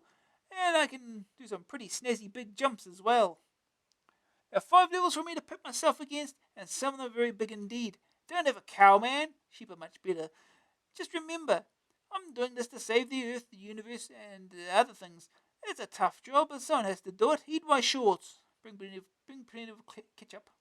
First aid target score. Finish level 1. Oh dear, that bird is purple, but I can't jump high enough to spray it, which is a very ideologically sound thing to do anyway. And that window blind is purple too. This is going to take a bit of thought, but not, let's be honest, an awful lot. Well, hey, is it you, Olympic sport? Rottweiler hurdling. And the American Simpson has got off to a flying start. Hey, Brendan? This week's Melody Maker, a Mars bar, and a can of cherry cola. Sorry, mate, I only sell keys and winches. Damn.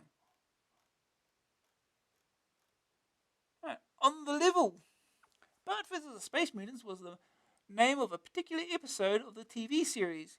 This game takes ideas from several different episodes, though. Here are the 5 levels. Level 1, Springfield.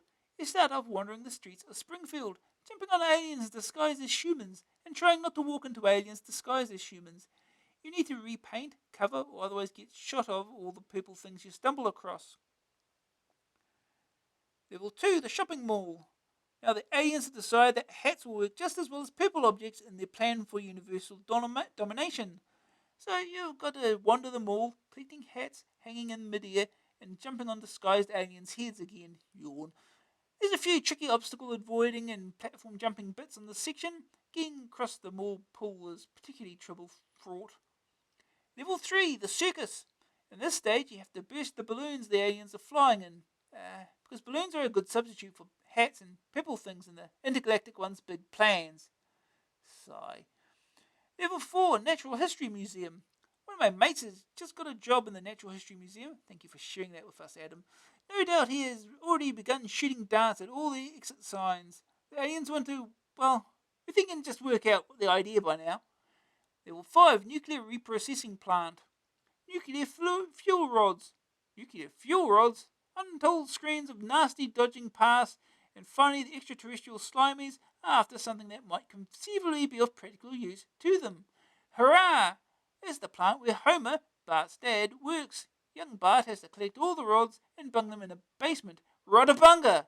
If you can do that, then you've won, probably. Well, second opinion, The Simpsons is a conversion of a blockbusting, we assume, Nintendo game. Well, it didn't bust too many blocks in our office. This game still is really old-fashioned. What's wrong with The Simpsons? At first glance, The Simpsons looks like exactly what it is, a mid-80s style jumping collect-em-up. Not the sort of game you'd expect in this day and age. The first level is quite fun as you hunt out purple objects to cover, hint the spray can, and Rocket will deal with all but 3 of them. The flower pots are quite tricky to get at, but you can get away with leaving one of them unsprayed. All this jumping on the bad guys' heads business is so passé. Don't you use words you don't understand. It's almost sad, but there you go. The whole thing is just a combination of Technician Ted and Everyone's a Wally. 2 games that were brilliant back then, but outdated now. And where are the other family members? They're supposed to show up when you collected all the letters in their name, but they don't. Which makes jumping on disguised aliens here a complete waste of time and effort. Humph. Level 2 is sad. You need to collect 22 hats. These are scattered all around the shopping mall and also on the heads of all the people and aliens in disguise who wander past. Stand outside the fruit shop and jump on the head of each alien who leaves, use X-ray specs here, and pretty soon you've got the 22. The graphics and sound, meanwhile, are distinctly second-rate. Okay, so The Simpsons is a conversion of a Nintendo game. Nintendo games characteristically feature small sprites and blocky, big backgrounds. But surely this could have been made to look better than this. The gameplay? 6 or 7 years past its best before date, unfortunately. The whole thing is like a scrolling platform adventure of yesteryear, and the sort of thing we'd expect to see in a budget game, not a full-price release. Still, Ocean was hamstrung by the format of the original game. The Simpsons is actually quite faithful to that original. If it wasn't for that yellow chap and his edible shorts, though, this would struggle to sell in a single copy.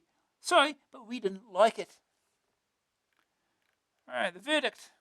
Graphics 61%, tiny sprites and hammer and chisel crude backgrounds. Sonics 54%, a few chew sounds and not much else.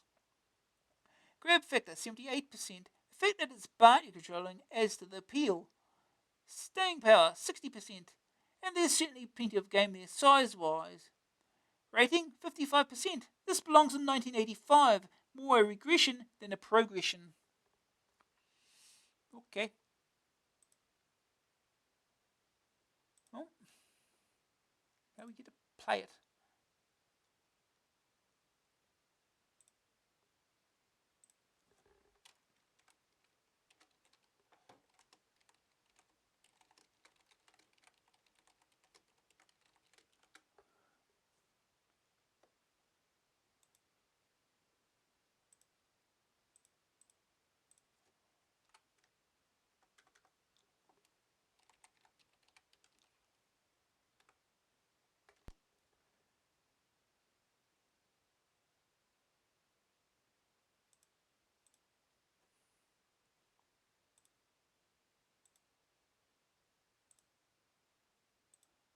Okay.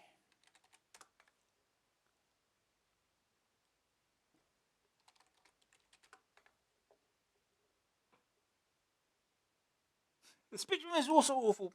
Good to know. Is it actually any faster or not? Probably not a lot faster. There you go. Bart versus the Space Mutants. There he is.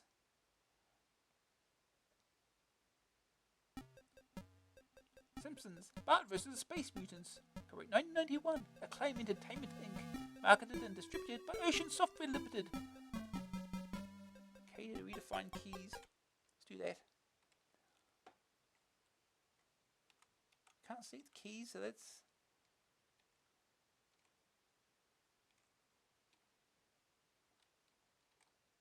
I think we can just use joystick anyway.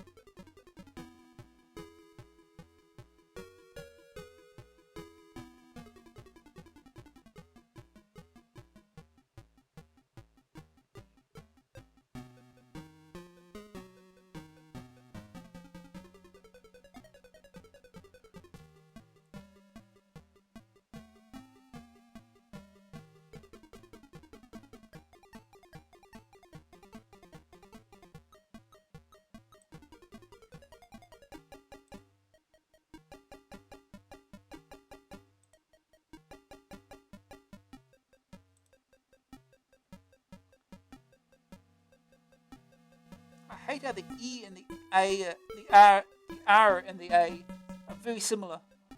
It's not going to be confusing.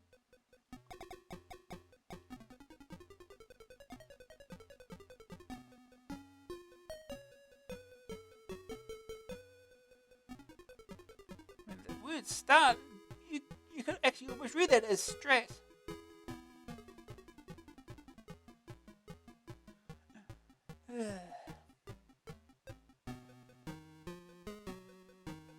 Tiny fonts.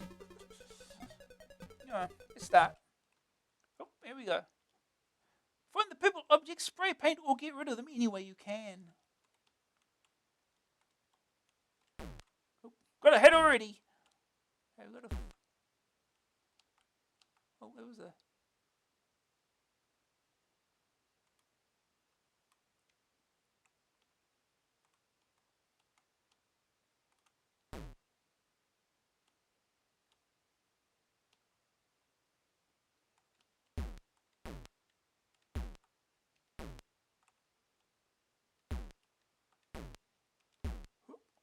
Got it.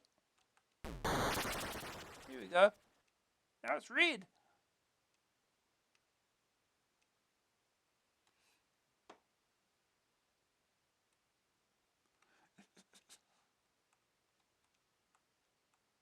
Oh, dead already. Oh, let's stop it. Oh. Oh, this is going superbly, isn't it?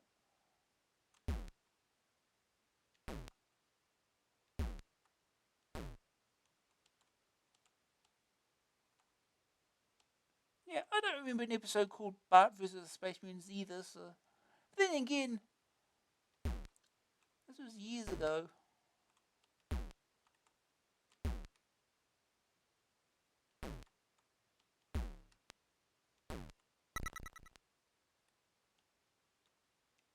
I don't think we can jump on those yet.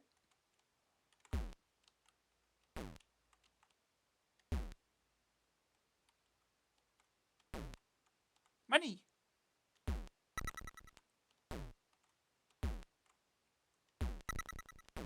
I guess this game controls decently enough. It's fast enough. Yay!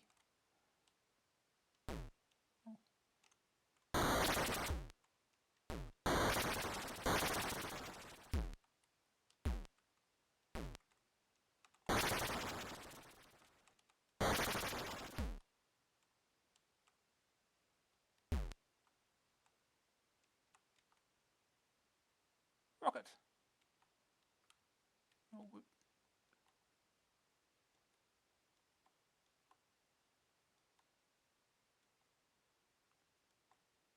okay, we've got some rockets.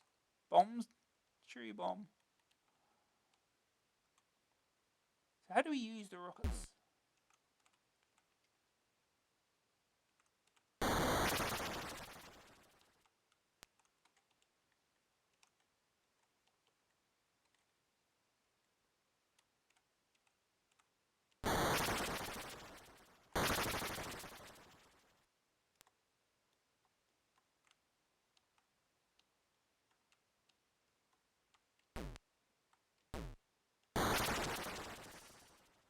If I knew the controls, that would probably help, wouldn't it?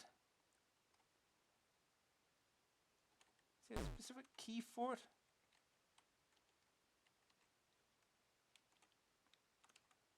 You know what?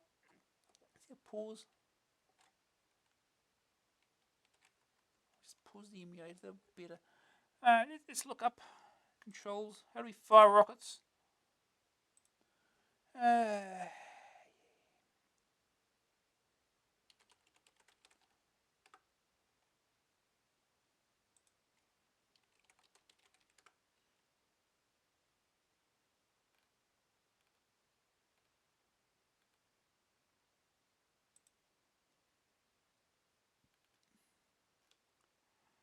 Manual.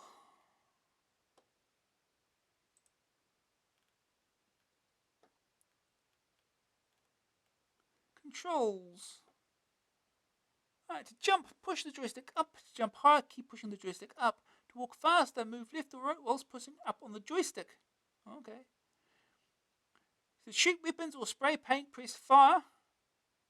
To scroll through the inventory, hold down the joystick and press fire. Okay. Release joystick when item required appears in the window. To use an inventory item, pull down on the joystick and then release it. To pause, select pause in the inventory and press fire. C64 only. For a super long jump, press fire and up together. While on the skateboard, hold down fire and press up or down to move the skateboard's position. Okay.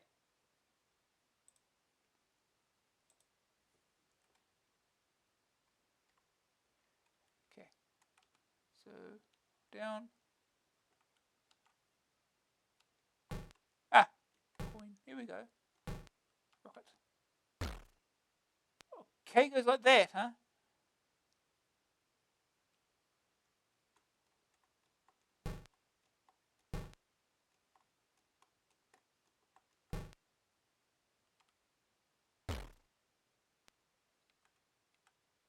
I don't know how accurate you have to be with these.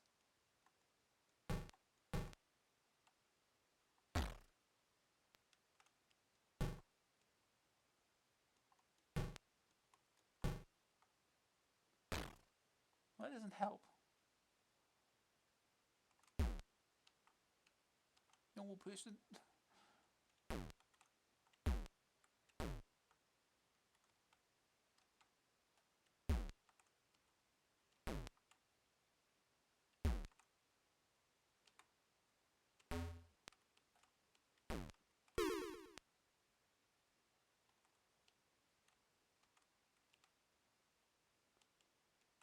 Whistle. Magnet. I don't know if these do anything.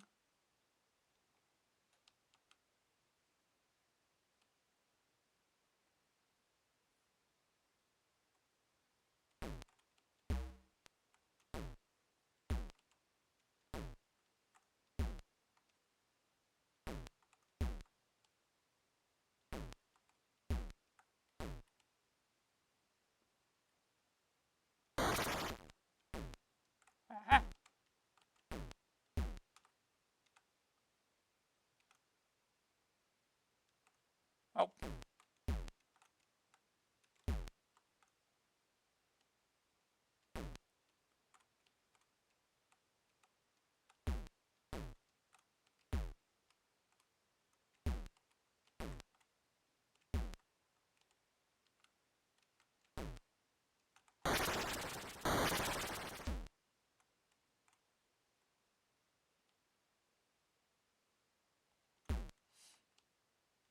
Keep off.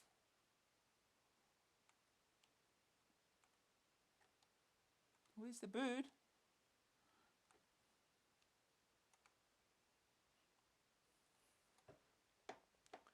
Oh, only 22 Simpsons episodes. That would be something. Just one season instead of however many it's been now. Was it 30? 37? 37? Yeah. These are rabid Rottweilers. Not nearly rabid enough.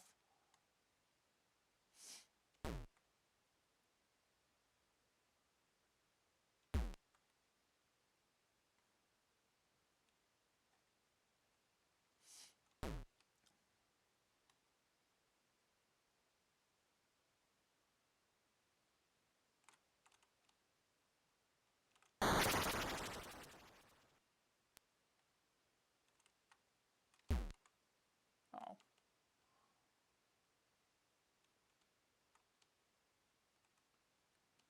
Oh no. The Bolorama, that sign is oh. That sign is purple.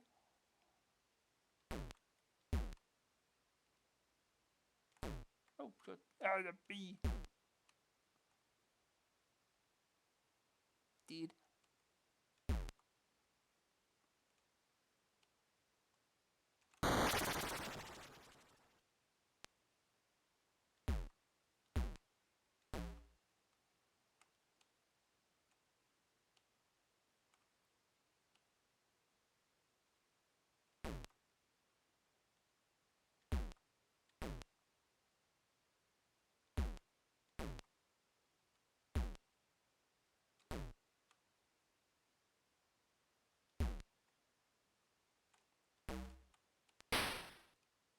Oh, that was lucky.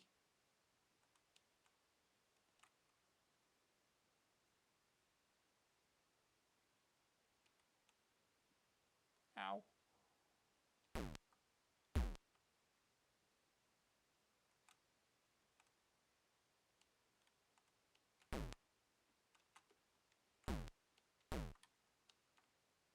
What am I doing?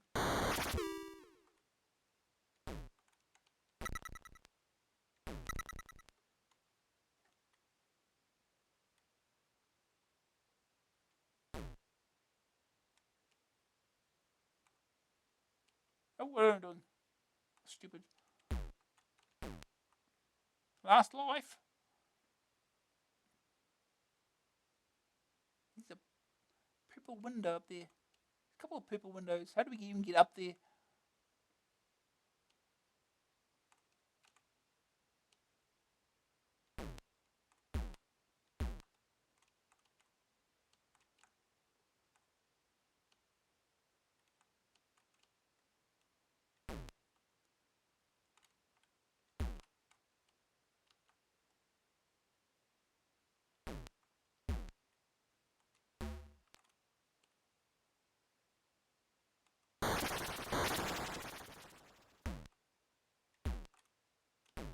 I jumped on something here before.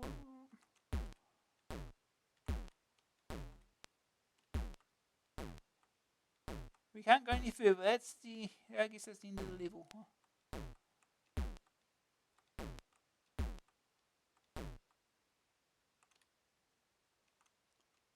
Can we use a rocket on it?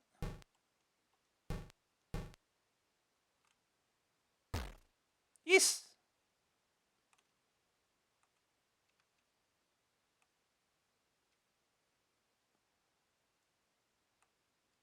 Oh, game over. Oh.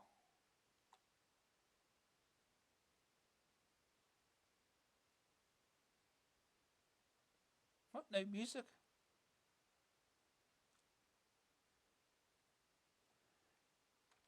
Hurry to find the keys. Does that get us the music back? Nope. Alright, whatever. Anyway, let's move on.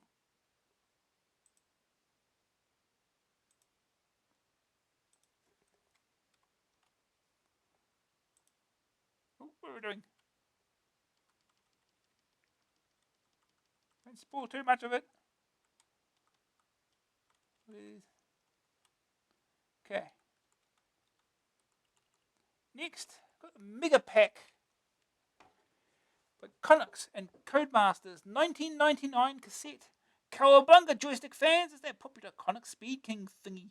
But what's this? It's in a bundle of 8 Codemasters games. What's all this about then? The Mega Pack is quite a neat idea. There have been packs like this around for the PC for quite a while, but we reckon this is the first 8-bit package of its kind. To save shelf space, I make sure that it is well stocked and available for all machines. The Mega Pack includes Amstrad, Spectrum, and C64 versions of the games all in one box. There are 6 tapes in all, 2 for each machine, with 4 progs on each. The Mega Pack is a good way to give a trusty old stick a new lease of life, and it's basically a box containing a joystick and 2 Codemasters Quattro packs. All the games are Cody's back catalogue stuff, and each has featured on at least 1, in some cases 3, Quattro packs. In financial terms, the pack gives you a joystick that retails at $12.99 together with $7.98 worth of games, the price of 2 Quattro packs, all for only $19.99. So that's a 8 and 9 is 15, carry the 5, take away the penny. At the tens column, take away the 7. It's saving over £150. It's about £1 actually. Oh, if you need a new stick and you haven't got too many of the Quattros, then this could be a good pack for you. Otherwise, the whole thing could be a bit of a dodo. Major League Waggling ahoy. The Connex Speed King.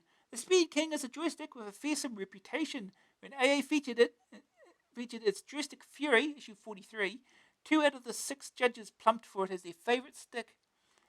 It's certainly very well designed. You cradle the stick in your left hand with your middle and forefinger resting on the fire button.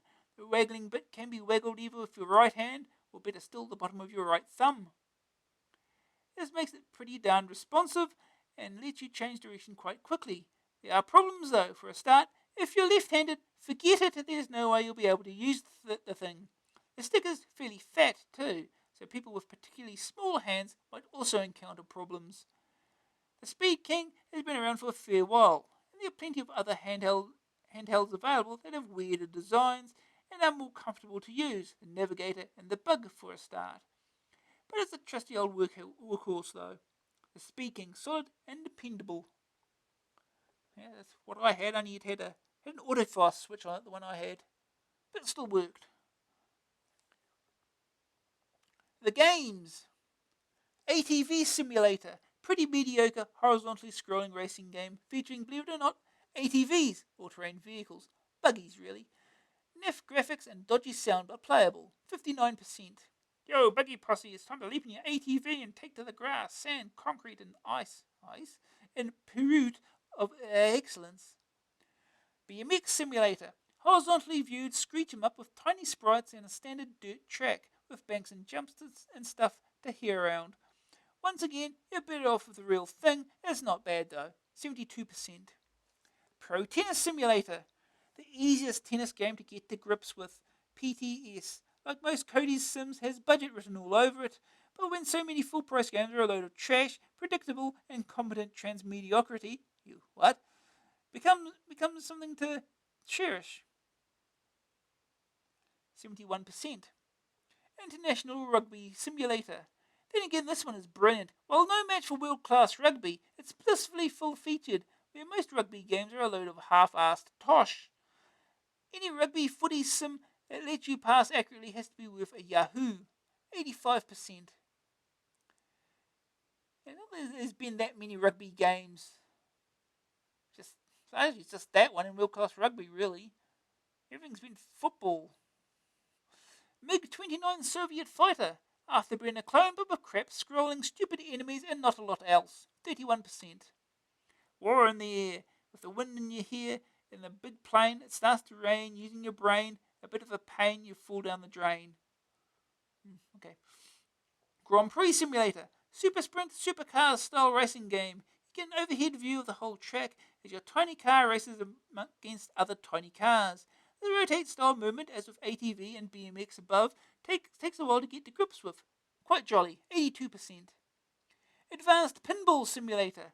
Pinball is an odd sort of thing to try and simulate on a computer. Some people might like it, but the sounds and effects you get on modern pinball games blows it away. And a bunch of pixels is no substitute for a metal ball anyway. 23%. Fruit Machine Simulator. The single most pointless game in computing history. 0%. Stupid Ideas number 239. A fruit machine that you can't win any money on. Oh dear. Verdict 62%. A novel idea, but a joystick bundled with 4 or 5 good full price games would be better. Would be a lot better. We've played them all, so it doesn't really matter much. Cheat mode. On the 5th day of Christmas, my editor sent to me 5 tons of tips, 4 gross of cheats, 3 million maps, 2 piles of pokes. AA's chieftain of cheating, Phil Howard, presents another batch of pokes, hints, tips, solutions, and passwords to all the latest games, together with some golden oldies. And don't forget, all you games players out there, that £25 mail order vouchers go to the suppliers with the best tips each month. Keep them coming in. Puznik. What can I say about William Huddleston of Inner Latham? I have had so many cheats from him just lately he could fill the pages by himself. One of his best is a key press for Ocean's Puznik. While playing, press R to enter the retry menu, type help me, and you get infinite retries. Keep them coming, Billy. Hunchback 2. Look, I know it's one of the oldest games in the world, but it keeps on popping up in the mailbag. So if you really want to cheat on Hunchback 2, then Emmett Brown from Balmagroti in Northern Ireland is the key press for you. Type Lazy Jones in the high score table. Emmett Brown from Balmagroti. Sure, that's a real place in Northern Ireland. Okay. Tarrakin. I've had a number of requests for a cheat for Tarrakin. The first, yes, there's a key press built in, and Ross McKenzie of Hull has supplied it. Press P to pause the game and type Von, and you'll have a whole host of goodies. Then pressing down, fire, return, and shift will transport you to the next level. Right, Marsport. Andy Price of Dunstable makes yet another appearance, this time for his brother John, to supply you with the solution to Phase 1 of Marsport on the AA73 cover tape. I think he had the solution left over from when he played the original game on a Spectrum. Yuck. I just can't keep a secret.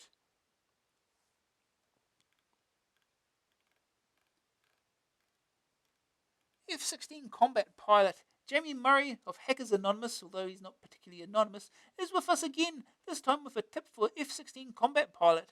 When on the mission screen, select the pilot's log and press F1 on the keypad and enter the new call sign. Enter Brotstresed, Desert Storm backwards, and then enter. And you should be able to embark on Operation Conquest without having to complete the mandatory missions first. Jamie and his pals are thinking of starting a fanzine with an emphasis on hacks and cheats. If you want to know more, send an SAE to Jamie. Oh no. Elite. Elite always was a popular game, although landing on a space station often causes some frustration. Lee Bailey of Yolk has a method to make it a bit easier. 1. Go to the system you want. 2. Press delete to pause. 3. Press 1 to quit. Is that it? Oh, no, there's more. 4. Press Y to load or save. Press 2 to save. Save it. Press 3 to end and play the rest of the game. Good. What? No pokes? Renegade 3. Renegade 3, the final chapter, has recently been re-released by Hit Squad. Jonathan Crozier of Northumberland says, hold down the keys Q and T on the first menu, then at any time you press Q and T again, you will advance a level. You get infinite lives. In Sector Hecty, DJ Thomas of Doncaster and Ben Watkins of Hinkley have supplied the passwords to High-Tech's in Sector Hecty. They are Ring, Grim, Nun, Food, Annex, Opal, Brim, Maim, Itch, and Isa. Thanks, chaps. Anyone found the key press cheat for the game yet? You're not going to tell us? Indiana Jones and the Temple of Doom.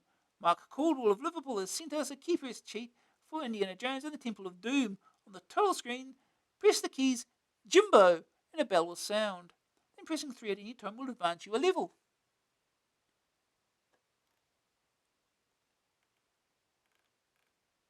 The light corridor. Having trouble getting through the light corridor? Well, I've had a set of passwords from Mihai Dragomir of Bucharesti in Romania. He certainly reaches the parts other mags don't, probably. Thanks for the info, Mihai, and keep in touch.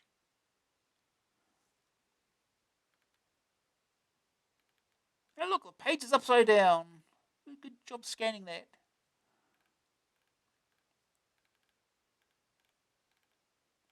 More adverts. Alright. Time for Dizzy. And Dizzy's Excellent Adventures.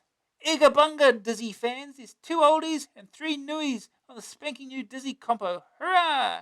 None of them we've played before. Alright, Dizzy Down the Rapids. Tubin was never one of the best coin combos to appear. What do you mean? I thought it was decentish. But at least it had a bit of speed and a reasonable number of foes in it. Dizzy Down the Rapids is Tubin without either of the latter. You're in a barrel. You're dizzy. You could just as well be Fred Smith the postman, though, for what it has to do with the game. And you're crawling down some rapids, trying to avoid things like crocodiles, whilst collecting apples to bung at the enemy. As opposed to the game Tubin, where you travel down some rapids, trying to avoid crocodiles and collecting tin cans to bung at the enemy. Ho hum. You get enemies bunging things at you from the riverbank, Tubin style. Rocks you have to steer around, ditto, and all that sort of stuff. Dizzy Down the Rapids isn't an out-and-out Spectrum port like Tubin was. Even so, the codies might as well have just used the Tubin code, added a few pauses to slow it down. Don't bother with the word derivative. You will find some much better ones in the thesaurus. Yeah. 10 Dizzy facts. Dizzy's our pal, but how much do you really know about him? Did you know, for instance, that 1. Most people reckon that Dizzy is an ordinary household egg, but if he was, he'd break a few seconds into every adventure. 2. Because eggs break really easily. 3. Will Sinclair recently announced to the world that Dizzy was actually an egg-shaped piece of mutton fat jade, a sort of stone. 4. But they made that up. 5. So-called comedian Vic Reeves has claimed for several years that the character was actually based on him. He used to be quite fat and had lots of friends whose name began with a D. 6. He even went so far as to record a hit single with Top Pop combo The Wonder Stuff, affirming his belief as to the egg character's true origins. 7. Codemasters responded by issuing a press release saying that Dizzy was bigger than Bryan Adams. 8. Which was a complete lie. 9. Because Dizzy is only about 3/4 of an inch, whereas Bryan Adams is a good 6 foot. 10. And Canadian. Good. Alright, Prince of the Yolk Folk. Going through all the reviews first. This is a compilation, so you don't get to score until the end of it. The Prince of the Yolk Folk. Standing at only 30 screens tall, Prince is a bit titchy compared to Spellbound, but it's also a lot less convoluted. And you won't have to wait till the afterlife, provided there is one, to finish it. Prince has got a really hippy, trippy plot. Just imagine all the weird bits out of the magic roundabout all happening at once and Dizzy having to sort everything out. The encouragingly simple lateral thinking puzzle you solve to get out of the first problem sets the scope for the rest of the game. A little bit of thought and a little bit of exploration, and you should be able to work out what the pickup objects you encounter are for. This is a Dizzy game, and it should be complex enough to present a long-term challenge, but not so contrived in puzzle solutions as to propel you towards a padded cell. Smart. And look at another upside down page. I can fix this.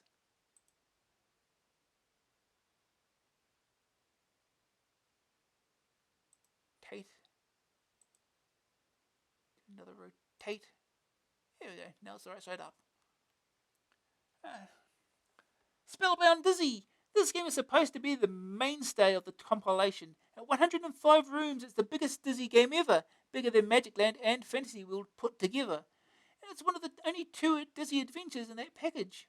Prince of the Yolk Folk is the other one. It shares with Prince the distinction of being the first Dizzy adventure not to have been designed by the Oliver twins, Cody Stalwarts, and the original creators of the Little Egg Chap. It hasn't deviated much from the standard Dizzy formula, though. As usual, your Yolk folk chums, Dylan, Daisy, Grand Dizzy, and the other two, or was it three, are in hot water. Thanks to your messing about with a spell book, they've been magicked into imprisonment in a strange underworld kind of place. You've got to solve all the puzzles in the right order to set them free. Yawn. Graphically, Spellbound is aeons ahead of its predecessors. The star himself looks so much more stylish and detailed, as does the land he explores. But is it too difficult? The Codies reckon this one will take about 4 months to solve. How many but the most committed of Dizzy or Balrog fans could plug away for that long at a single game, without either tearing their hair out in frustration or running up a parent's nightmare of a phone bill calling 0898? There are a lot of interesting new ideas chucked in. Dizzy scuba diving, that's not new. Dizzy in an underground ride, etc. It might raise a brief smile, but you feel as though they were just chucked in for the sake of it. As if there was some list of things Dizzy had never done before that were being crossed off one by one. There's not a lot that can really be said about the game as a Dizzy adventure like any other. It's just a little bigger, less inspired, and more show-offish. Not a classic by any means, but still miles better than most full-price coin-up convos, of course. Hello, is that the Dizzy helpline? Help! We're drowning quite horribly. We're supposed to find Aqualung first, eh? Oh. Woo woo, Dizzy's in a coal shaft and he's hearing down the track in a coal wagon. Can you spot the potential problem readers? Panic Dizzy. Is there a toddler in your household? If so, don't bother loading Panic Dizzy, just watch them playing with their toy postbox instead. Another re-release, Panic is a sooner or later fast-moving Tetris-y sort of thing, where you move the joystick from left to right so the falling shapes fall through correctly shaped holes. It's competent, but it doesn't do much you couldn't do with a 20-line basic typing, speed accepted. Kwik Snax. This is one of the Pack's 2 re-releases, and it's a pretty good game actually, though it does become quite easy after a little practice. You've got to whiz around some mazes, collecting fruit and stuff, and avoiding the baddies. You can shunt the bricks that make the maze around, allowing you to crush the nasties and create a safer passage to the remaining collectibles. Kwik Snax is a good game with pretty addictive gameplay and buckets of playability, but that doesn't hide the fact that A, Dizzy looks like he has just been thrown in at the last minute to help the game sell, and B, is another blatant act of gameplay larceny, a game called Pingo being the victim on this occasion. So it's not played quite like Pingo. Professional maze sim by any other name. Blimey, you lot of bananas. That's right, mate. Thought you were. Thanks. Bye. Kwik Snax is a fab and funky maze game. What's more, it's got penguins in it. Teddy bears and strawberries, the 2 best inventions of all time. And clocks too. Alright, we've got a second opinion. That's upside down. Let's read it upside down. They are both good and different games in this compilation. Nevertheless, at a tad under a tenner, it's great value. Verdict, 74%. The Spellbound Dizzy, 73%. Prince of the Yolk Folk, 80%. Dizzy Down the Rapids, 49%. Kwik Snax, 76%. Panic Dizzy, 35%.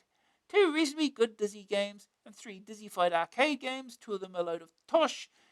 It'll sell, but is it art? Yeah, okay. So, get started then. Oop, oop.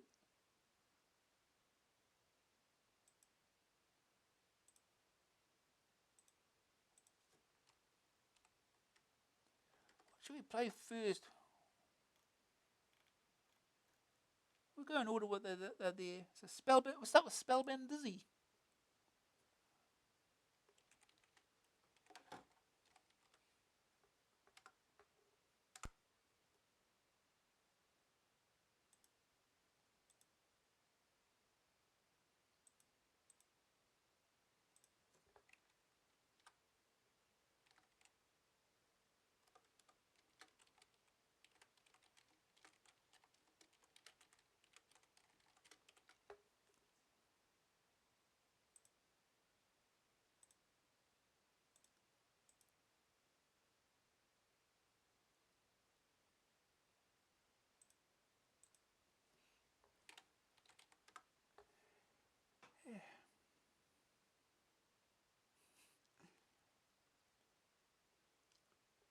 Okay. Dizzy 5.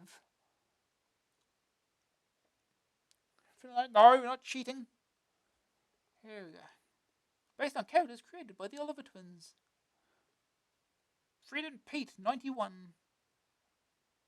Look at that happy whale in the background.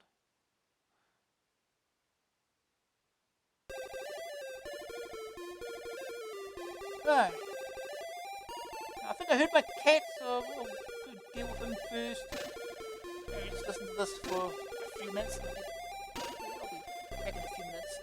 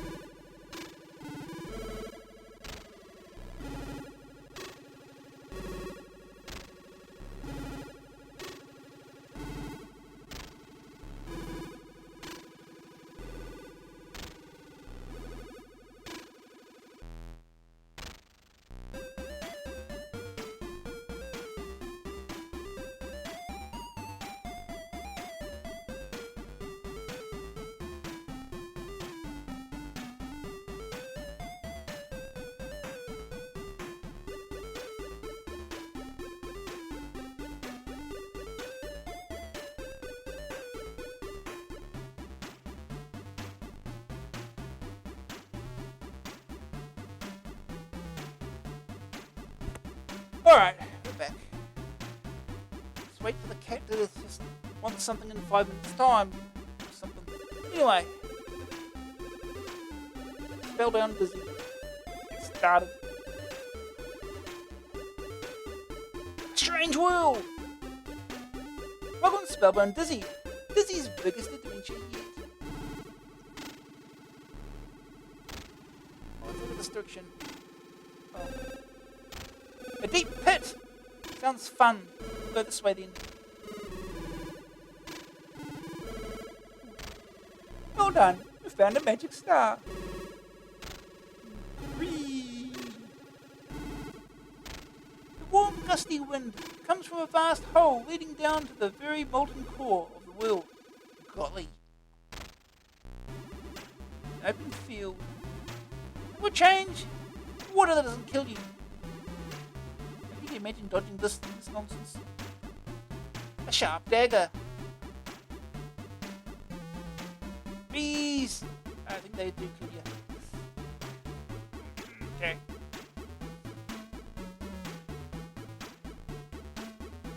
Whee!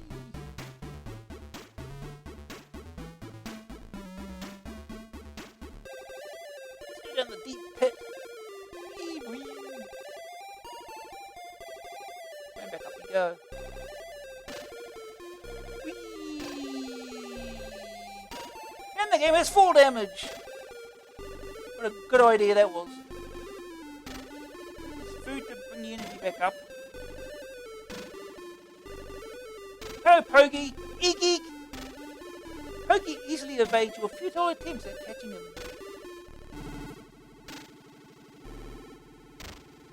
Tramp it.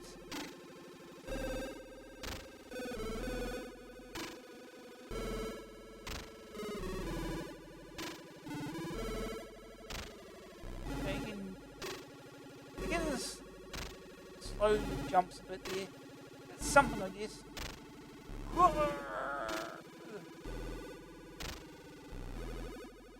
Uh-oh. The sandstone quarry of rocks.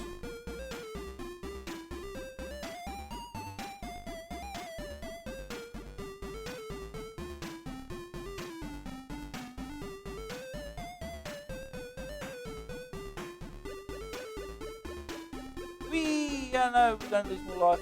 Yeah.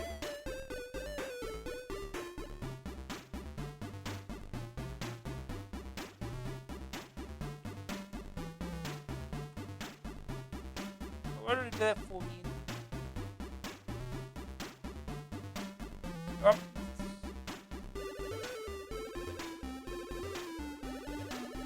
Rocks. Heavy rock. Sorry, we can only carry so much. One rock at a time it is then.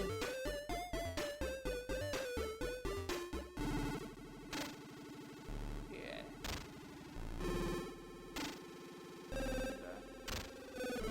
We can only carry so much. I'm gonna drop something. You only carry 2 items, huh?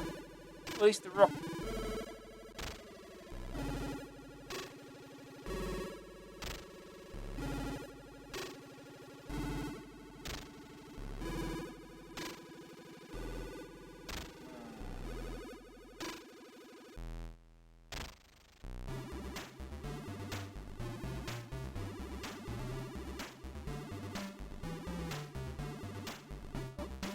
Her.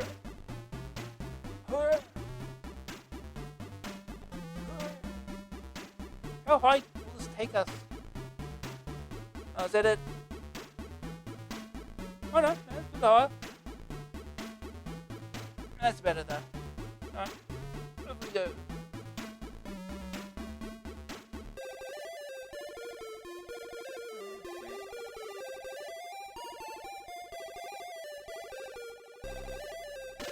No.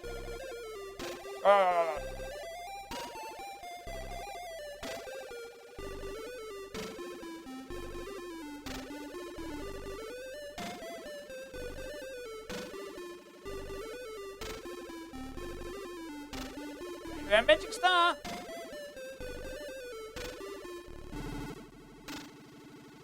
Oh.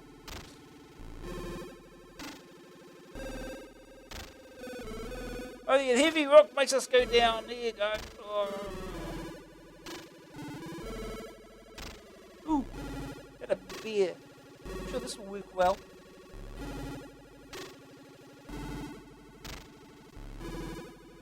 Grrr, growls the beer. Ah! We're dying.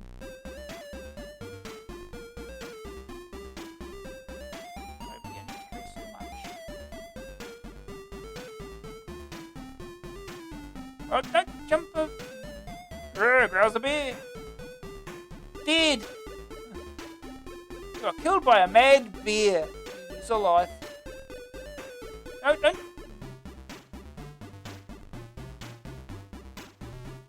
No, don't. I don't want to touch the mushroom. I want to jump over the mushroom.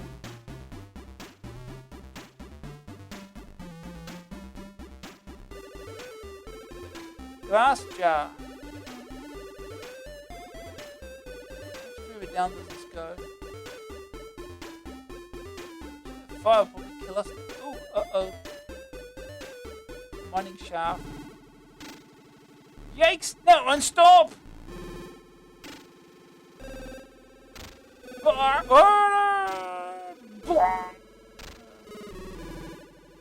Oh, that went well. The Dizzy Collection, Dizzy & Co. hit the streets in the 5-pack featuring Dizzy, Fast Food, Fantasy World Dizzy, Treasure Island Dizzy, and Magic Land Dizzy.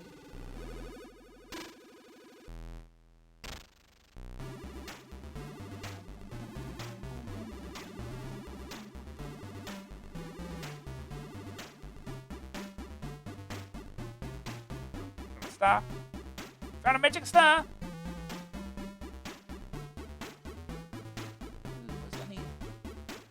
Oh, water drains energy. I suppose it's been instant killing me, I guess.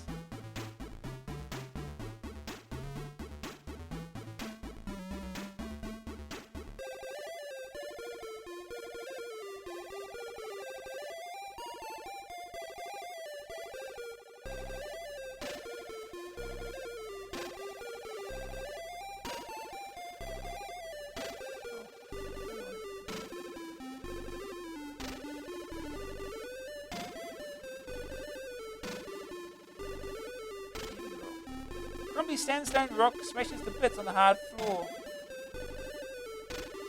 Huh. Can I get up here? Huh.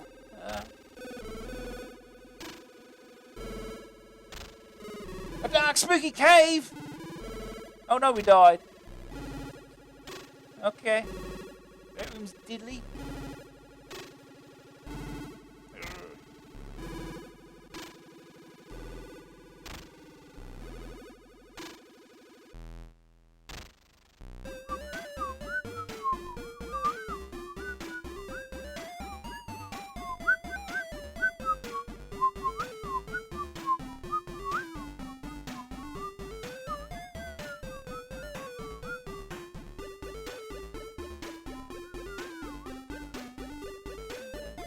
Dagger back.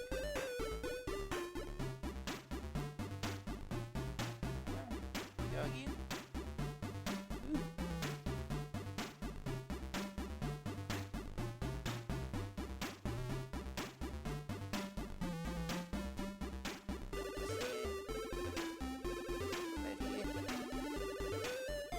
Go back to the... Oh, I'm...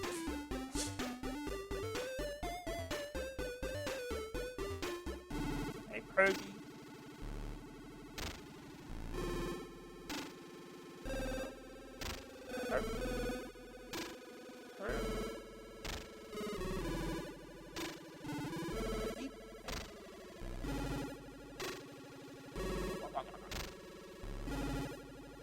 Oh, rocks respawn. That's something.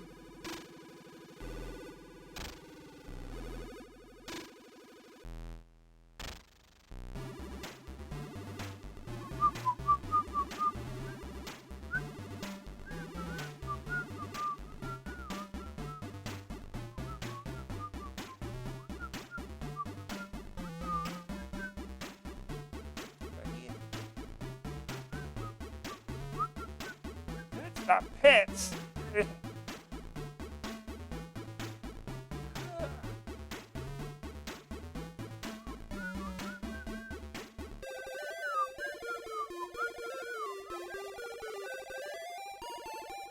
Now we'll probably go down so far that we die.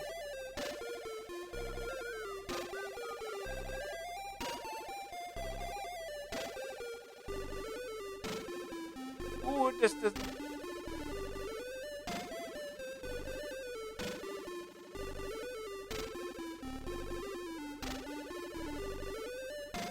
There. You can't go down any further.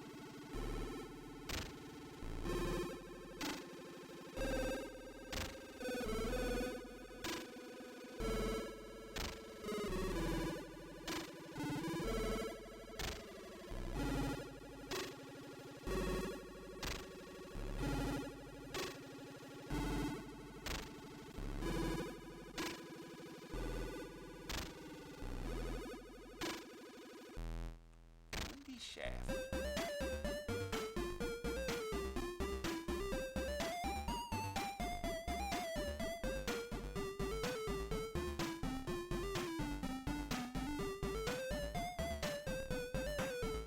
Eh?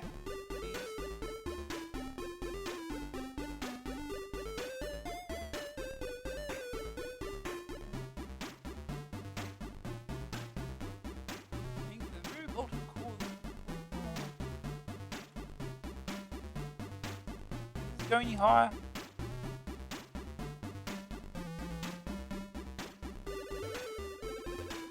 Oh, almost.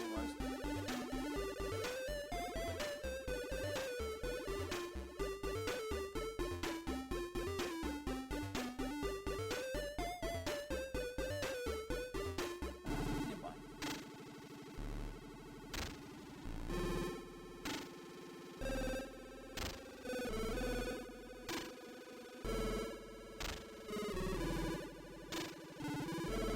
Where we can jump to. No, this cloud there is going to... Well...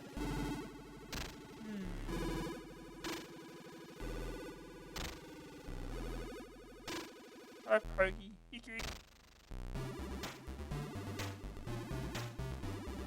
I'm not sure what to do now.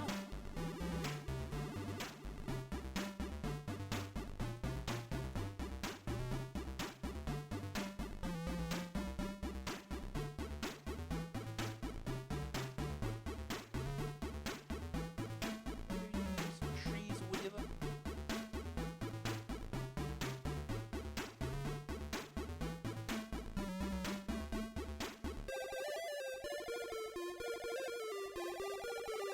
We have to drop one of these anyway when we go across the pit.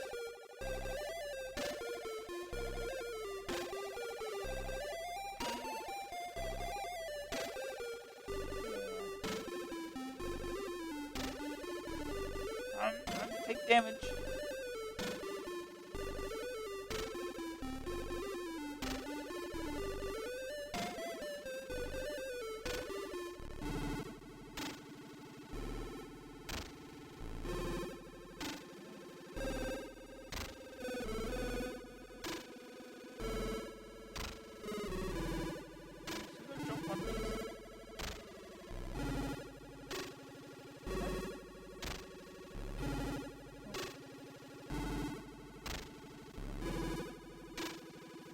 Back over here, this is fun.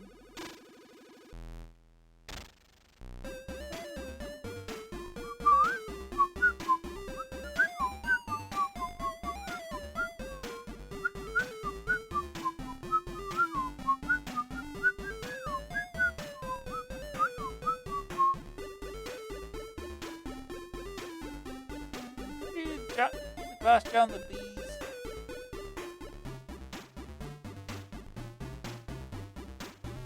Like that.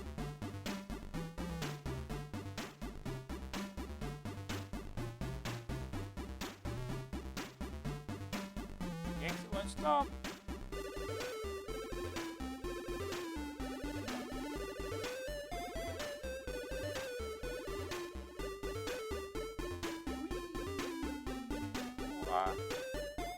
Press the run. Yeah, so not much else to do.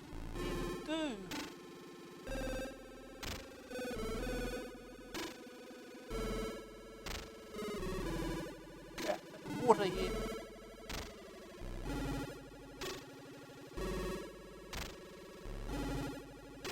I don't know where the Acrolon is.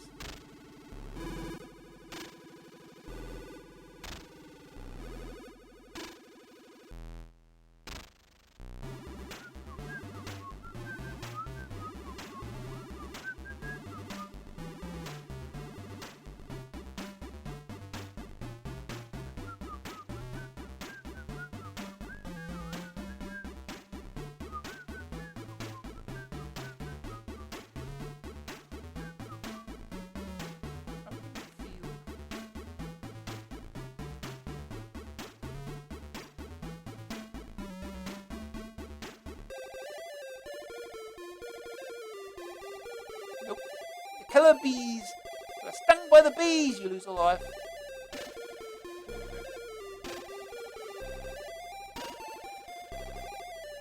Yeah. I'm not sure what happened. Where you're supposed to go next. Not a game I've explored much. I'm just getting impatient.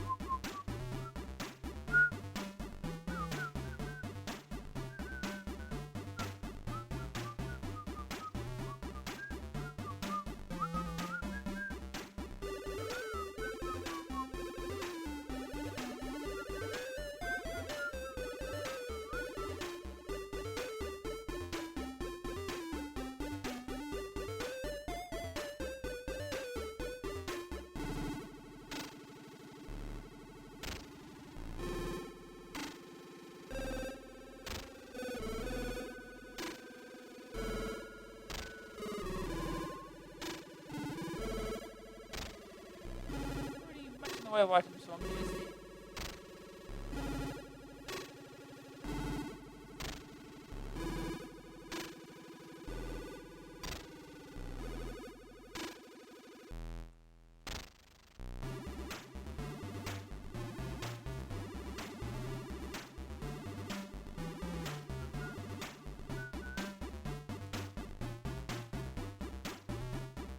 Okay, jump up here. Not a fruit. Alright, dark spooky cave. You just die. You're eaten by something horrible. It's probably a group.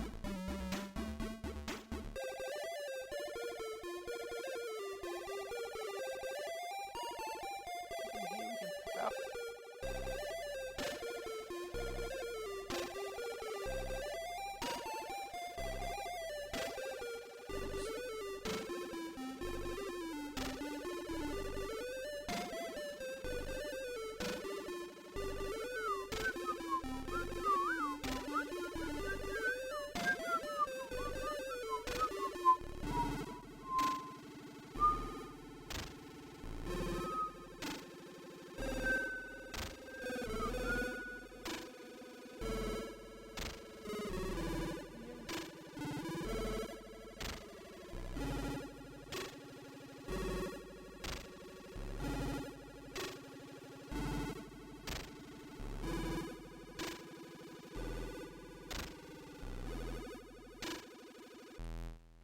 Rock.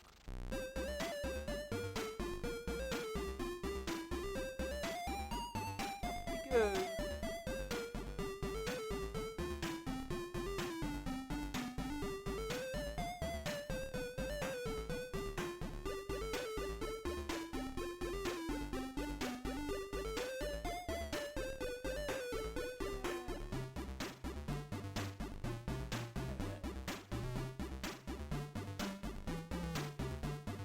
This way.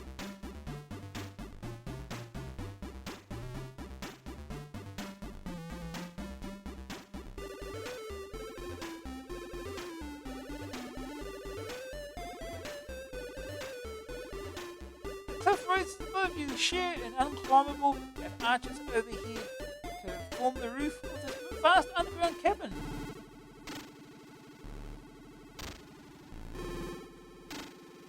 Attempts at getting a jar of honey are met by an attack of bees. Yep, and we did. Okay. You're gonna pass the bees somehow. So that's what the jar's for. Let's figure out a way to get past the bees. We'll leave the jar there. That's what it's for.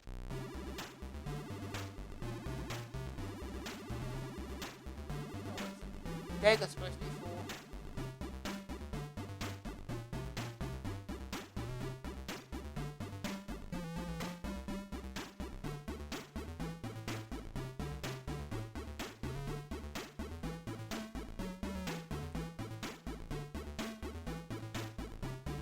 Can we use the dagger just to kill Pokey?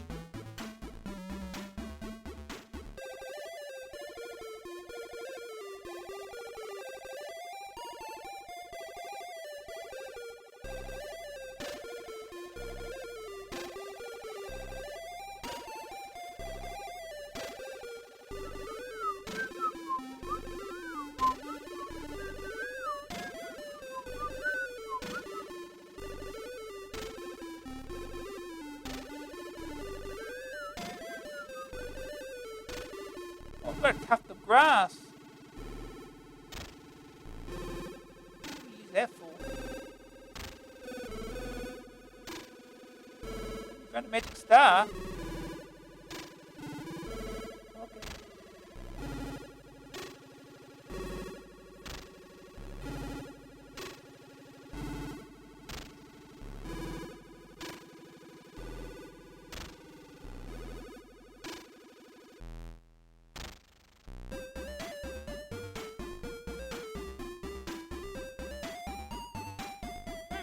Carry so much.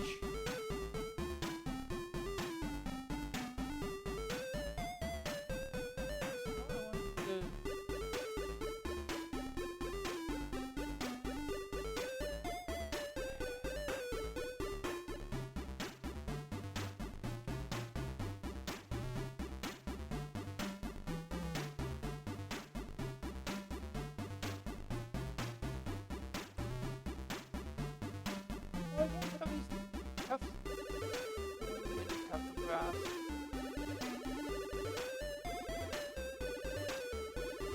No?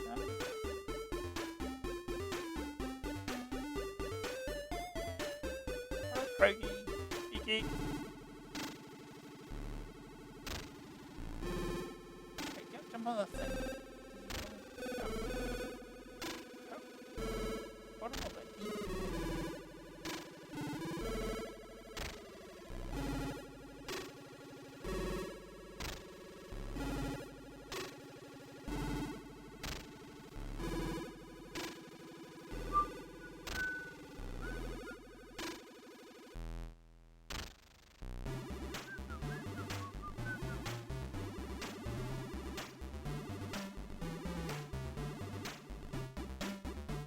Grass.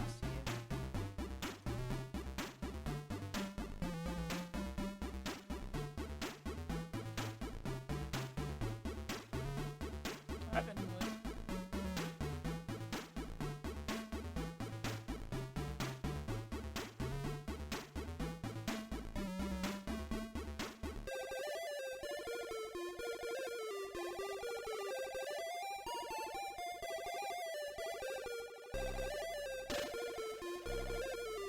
No, there's more. There were clouds over there. I know you get the others.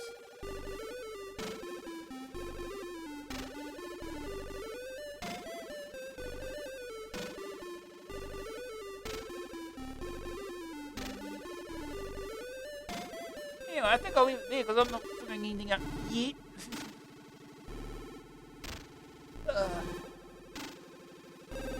Anyway, I suppose we'll move on.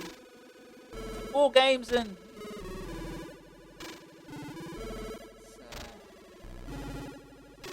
Move on to the next one.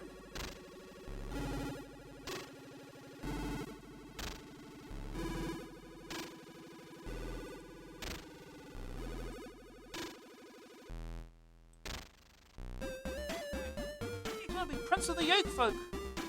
Straight onto that.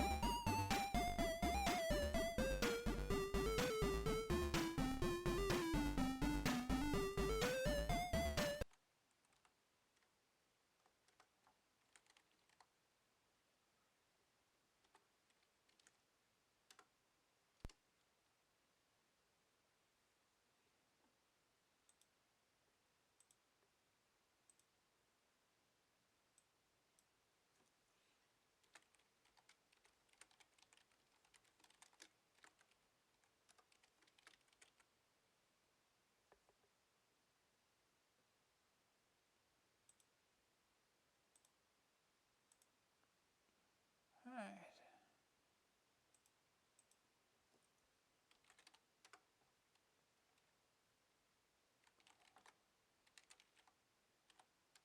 Right, Dizzy 6.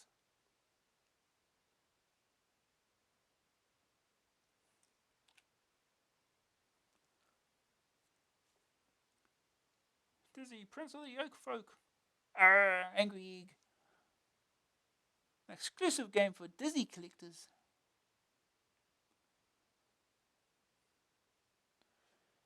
No music on the title screen for a change, I guess. No.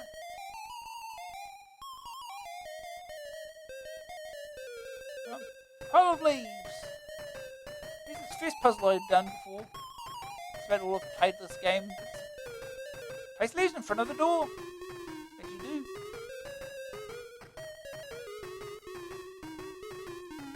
For matches. Set fire to the leaves and the door starts to burn. Jug of water, how handy. The jug of water extinguishes the flames.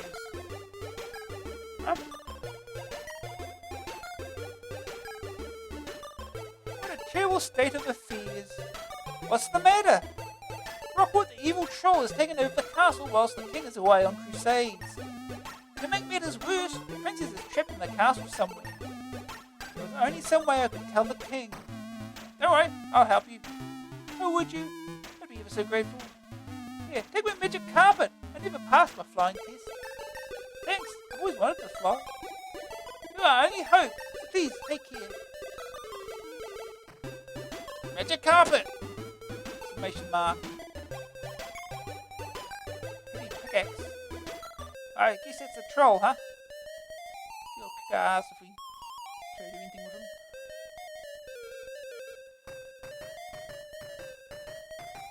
I just jumped through fire. That doesn't help your health much. A small cage. I think that's full. Why don't you find some cherries? I'll leave the cage here for now. Ow! My poor foot! I was walking near the castle when this big bad troll came along. He pushed me into the rose bushes. Ow.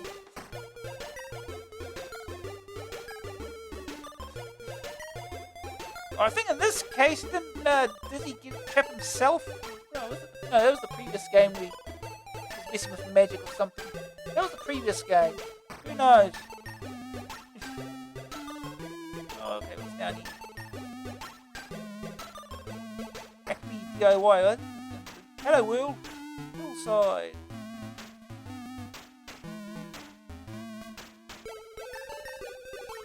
Oh, look! A platform.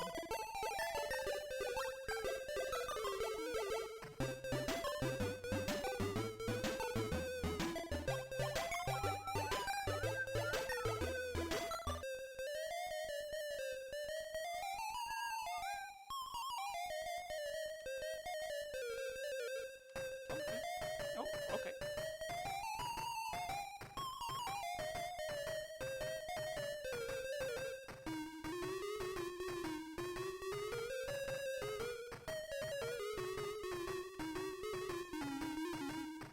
Acme Bridge Kit.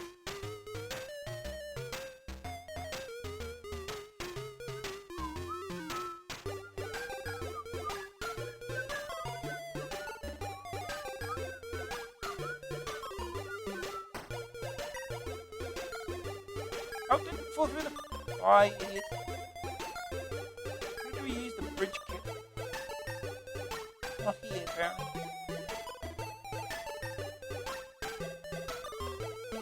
Jump through the fire again. Dummy. Let's leave that there for now.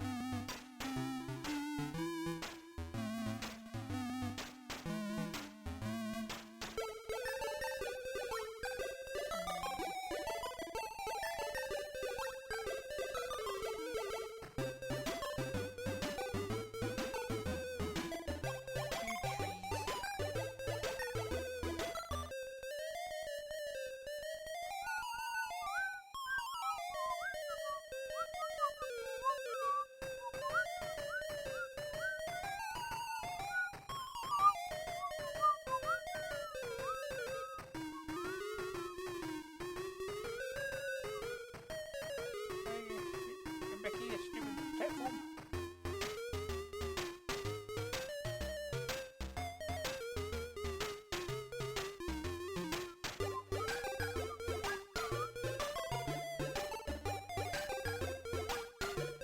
Yeah. You must pay me before you can pass. Go and find something baby for me. And then come back empty-handed. And he gets you into the water. Fill in the water and drown. Don't fall in the water. Just push. No objects here. Pointless trip.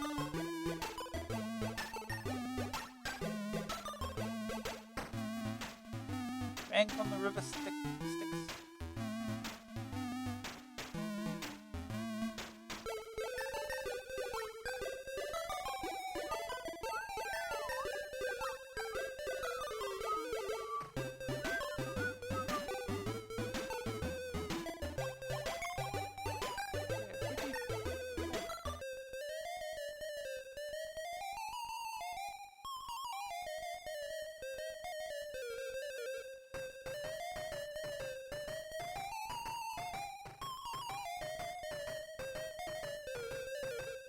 Pickaxe makes light work of that rock. Okay. There's more water to fall in.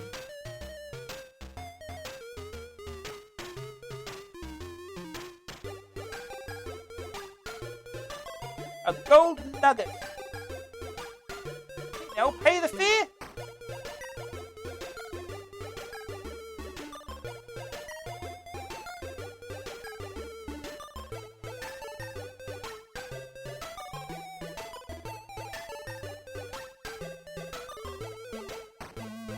Becky.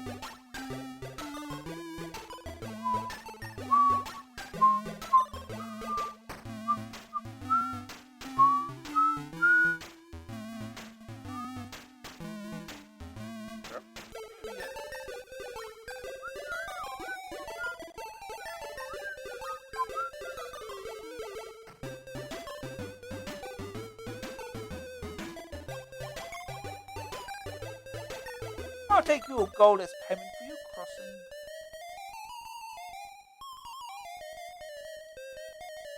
He's Poggy.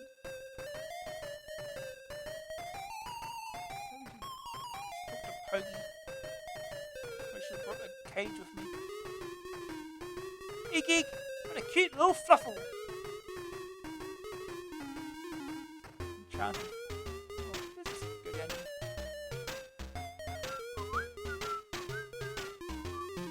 Water.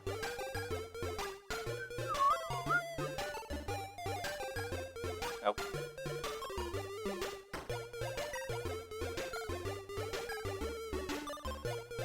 Oh. Yay! Put it for me. Nope. This goes over.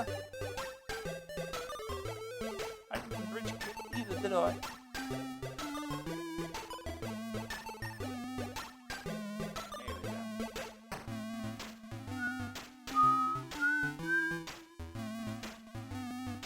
I should have put the I don't need the pickaxe anymore, right? Presumably. Let's go back and get the stuff.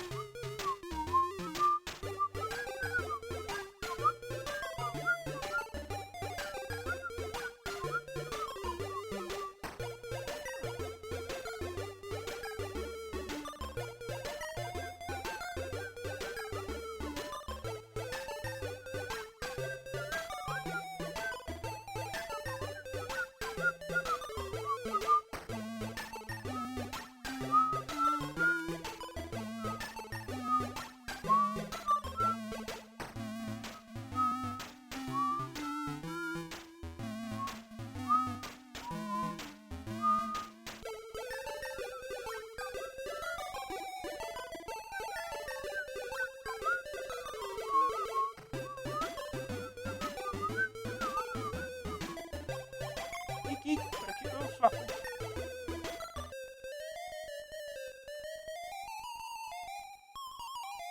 Put the cage on the ground, but the fluffle couldn't be more disinterested.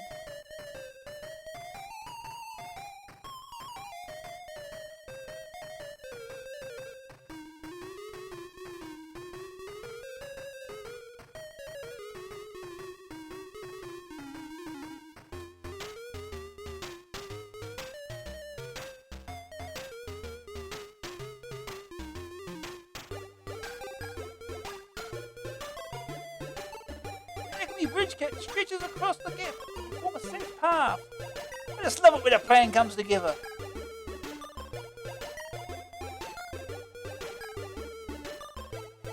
Some fluffle aid. Ah. Fluffles like fluffle aid.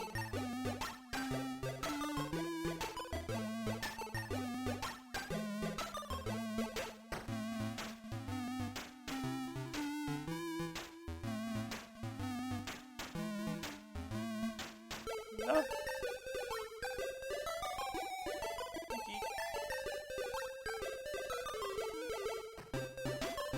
Lemonades made it. Oh, no, okay.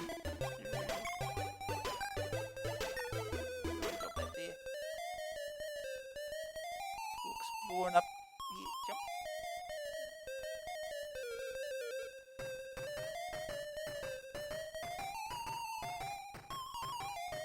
And then make the platform a little bit more annoying.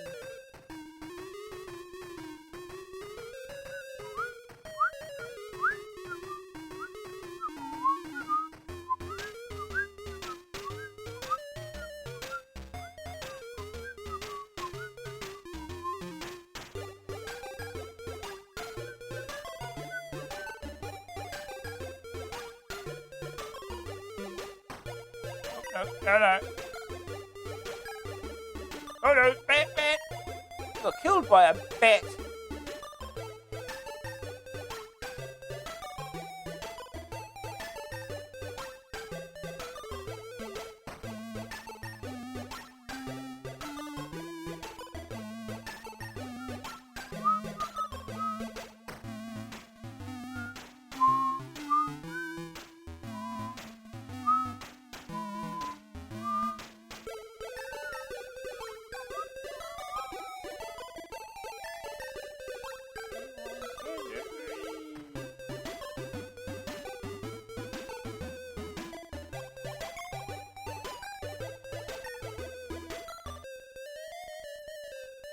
What are you doing here? Your time has not yet come, little league. Oh yes, it said St. Peter. I'll look for it everywhere. Look for what? There's some problems that even you cannot solve, Dizzy.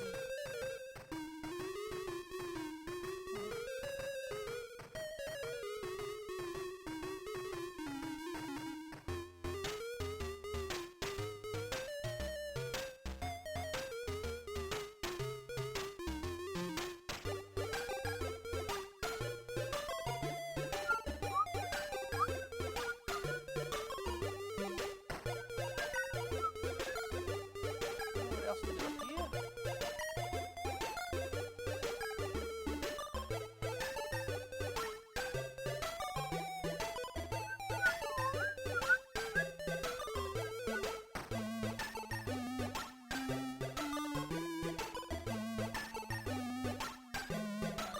Fluff lady.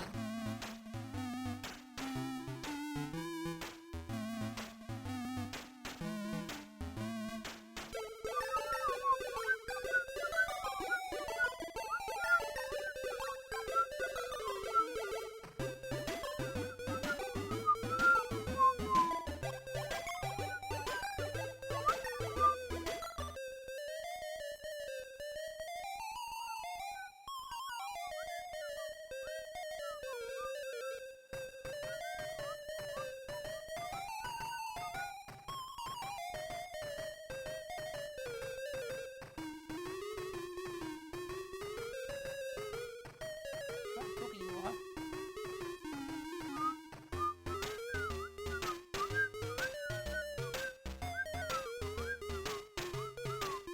Oh, fell through the fires. Fine.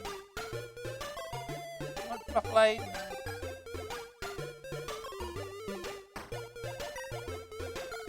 Wait, you're lost. Get off you some Fluff Lady. Damn it.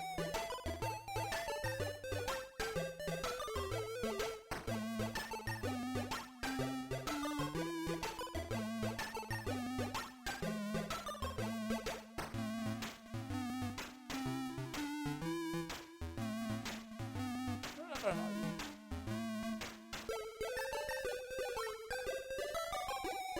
Too far again.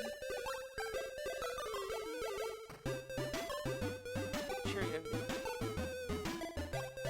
Is it going to be too dangerous to get it?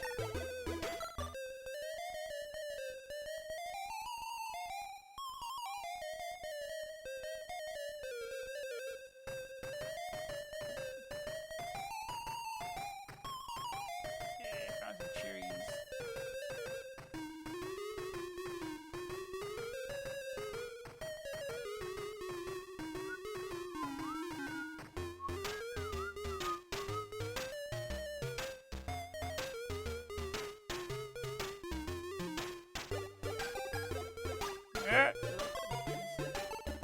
Ah!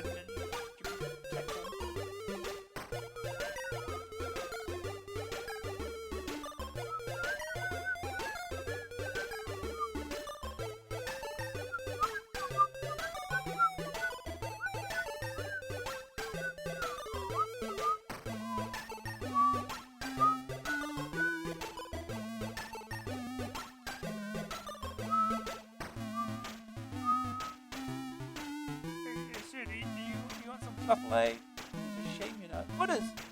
My boat is so slow. It takes ages to go back and forth. I wish it was faster. Motor on that thing.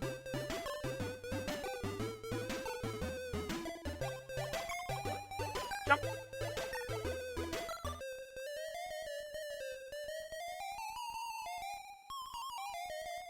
Just sticking this here. Can we use the magic carpet here? No.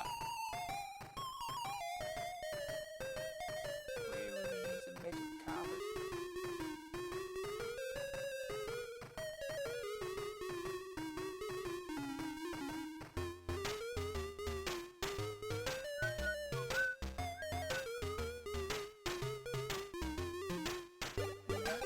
I have no idea where we use the magic carpet.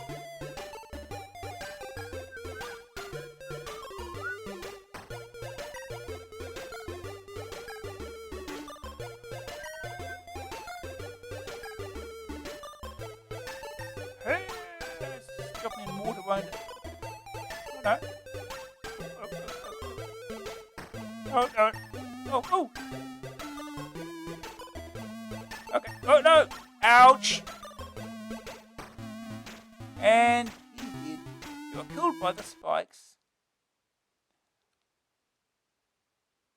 And it's silent again.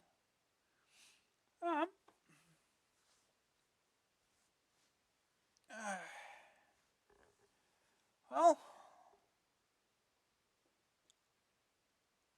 it's 11 o'clock, so how many have we got left to do here? Got 3 of these. You got Kwik Snax, Dizzy down the rabbits. Did you got to play those as well?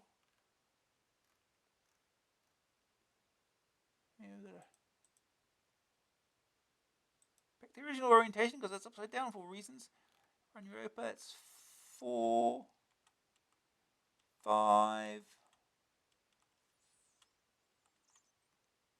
6, 7, 7, 8 here. So we've still got plenty of games to get through here, so we might as well get one more out of the way. Or 2 more.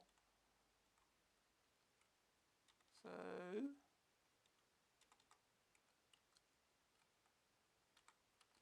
yeah, look at them upside down now. Do we have an didn't do that. Do we have an undo? We do, but there's an undo rotation apparently. Okay. Okay, so we'll next one will be Dizzy down the rapids. Let's get that nonsense out of the way.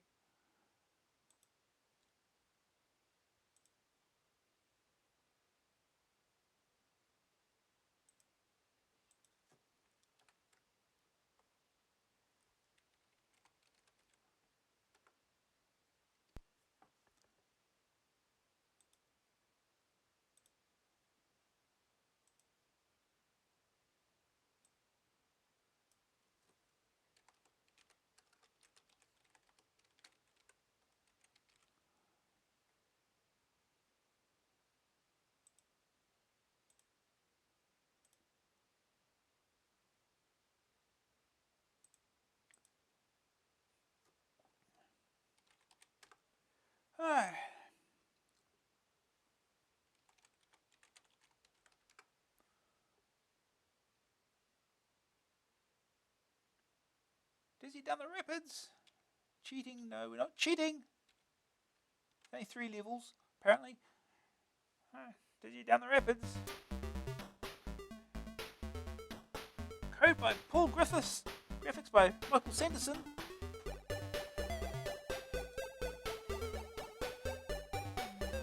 Keys. Joystick.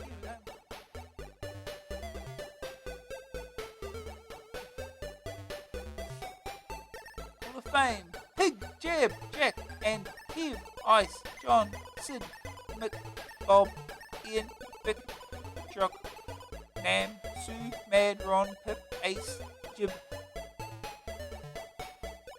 Dizzy Down the Rapids by Paul Griffiths. Graphics by Mike Sanderson.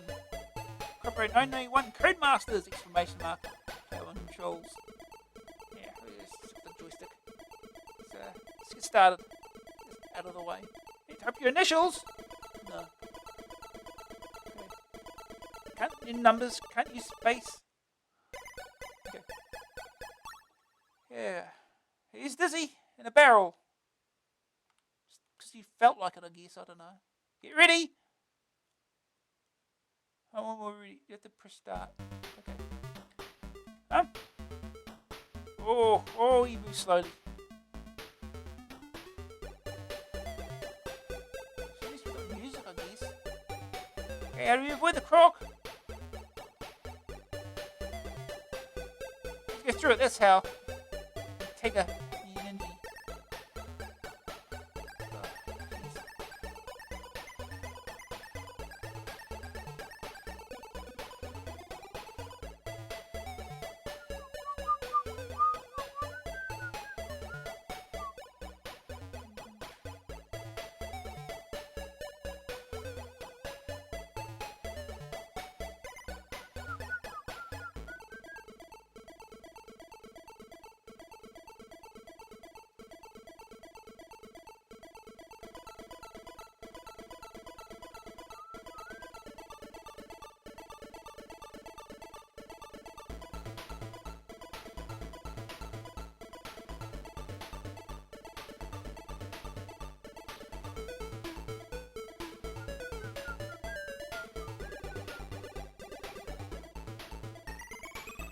Dude.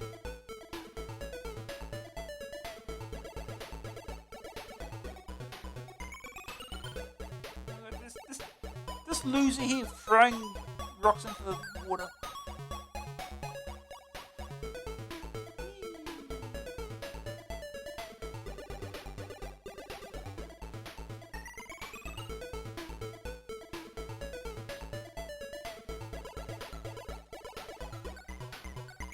Hard to hit anything.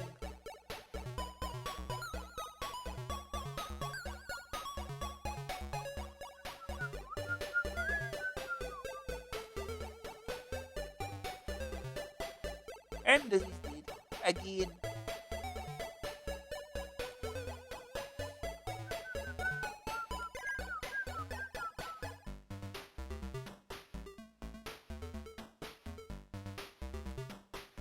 Who's this loser?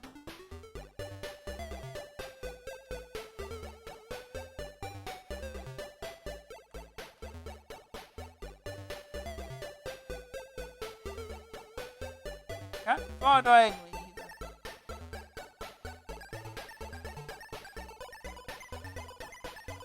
Yeah, move.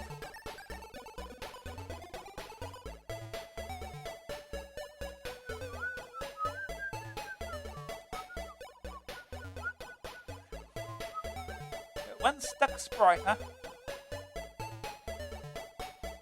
Right, it takes 2 hits.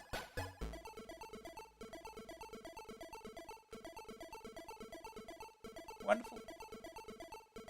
This is level 1.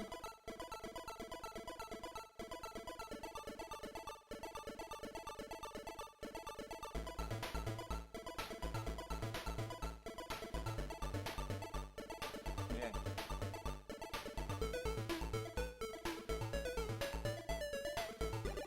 I'm out of apples. Where do we get more apples?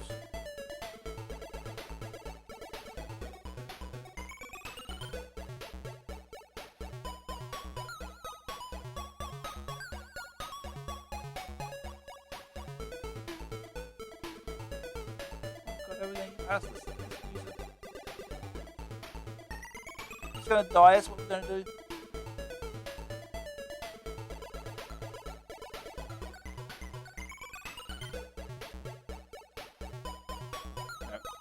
Oh, got a few apples back.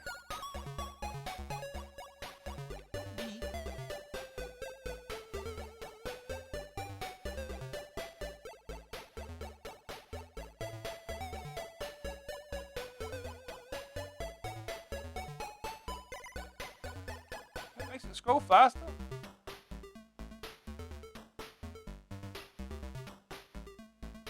Out of apples again.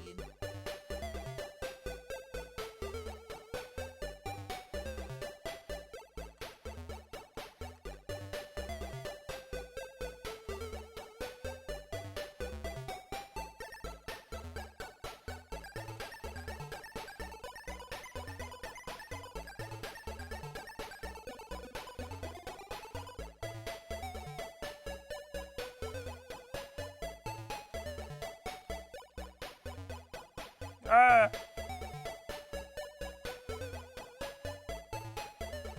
Yeah, I don't know how you're supposed to avoid anything. It's difficult.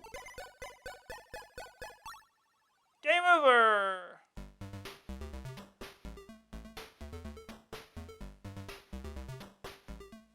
Oh yeah, it's too been boring.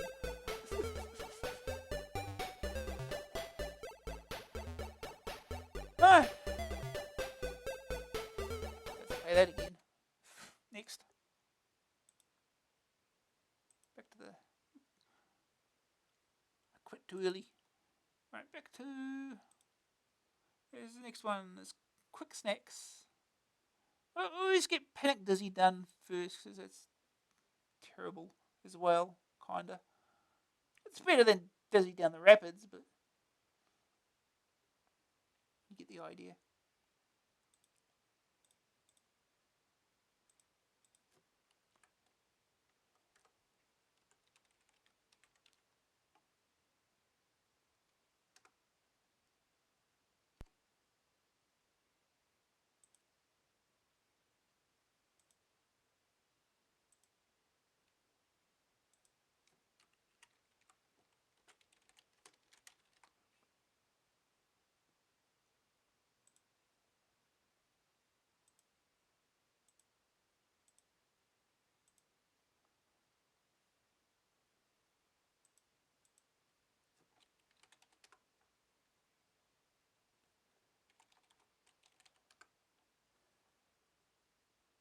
Panic Dizzy.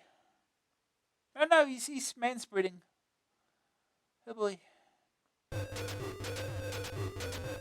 Remember, big red socket designed by the Oliver twins.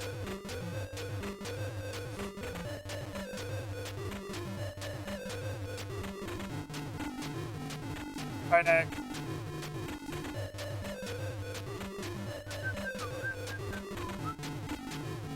Right, start level. How high do we go? Here you go. 20. Okay. We'll start level 1. Let's go. Ah. I gotta bash the shapes of the things.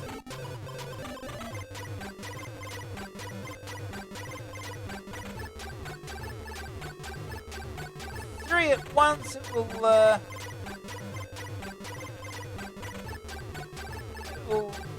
things go back up. I like doing that in a later stage though.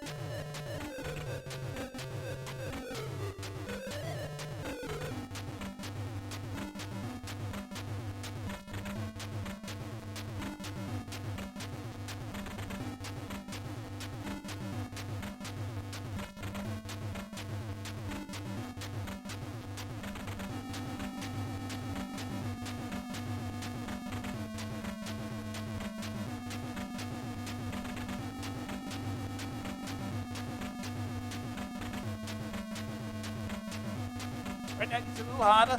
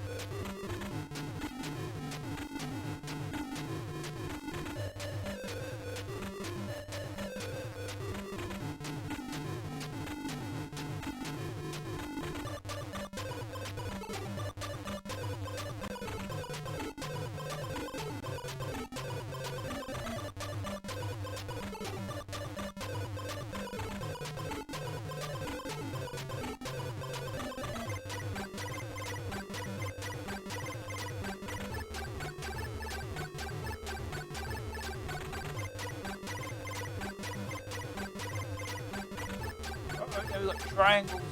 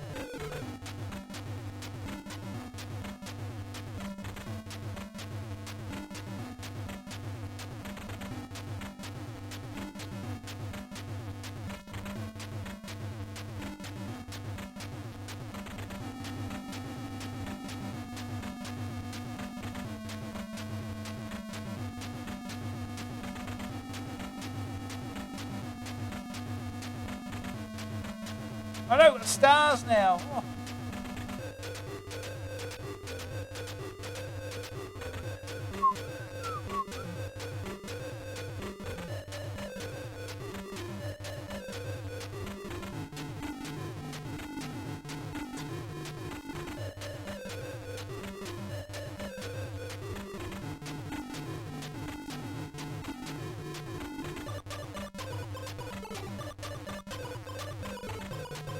Oh no.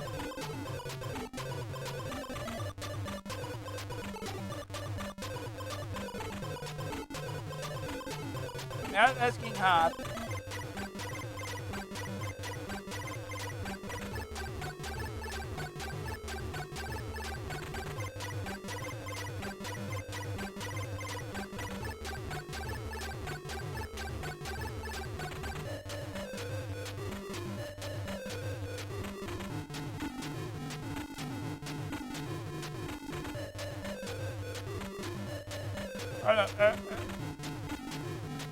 Oh, oh.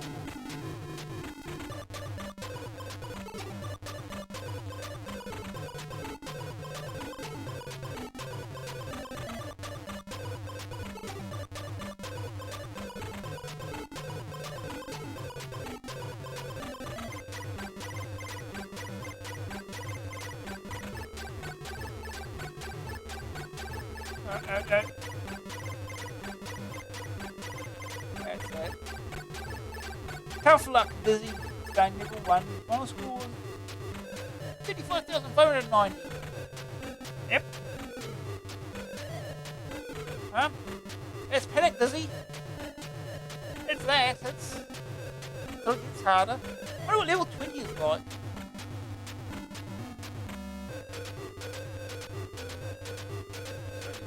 It's like...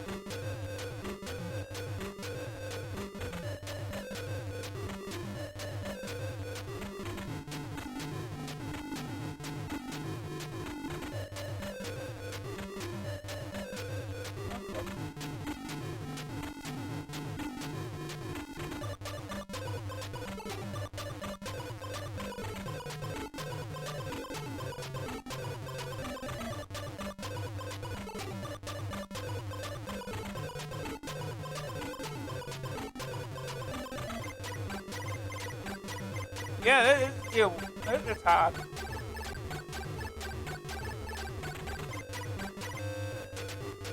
Anyway, let's Panic Dizzy. And...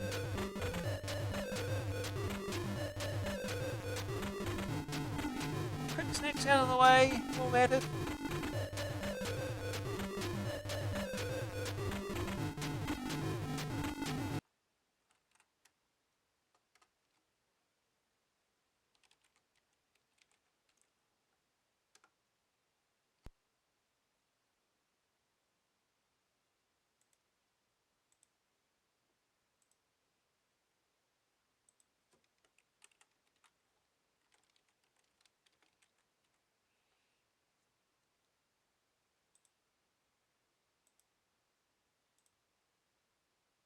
Alright.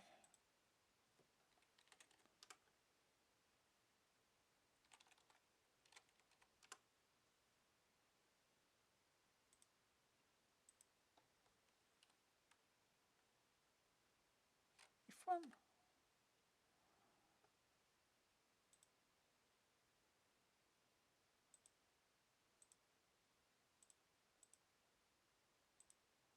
Kwik Snax. Program Lyndon Sharp.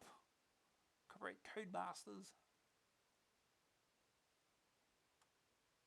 I must rarely sees name Mr. Wilkes. I know what that's supposed to mean.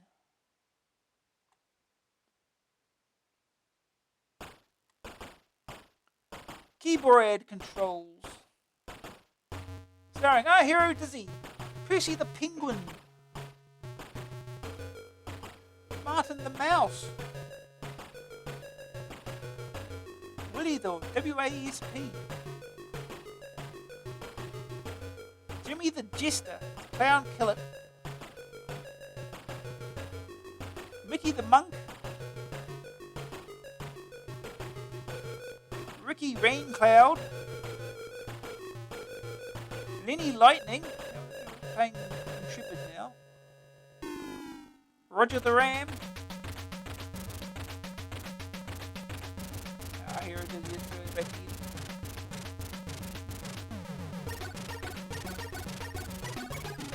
in. Dizzy, Treasure Island Dizzy, Fast Food, and Fantasy World Dizzy, advertising. Dizzy and the Yolk folk in.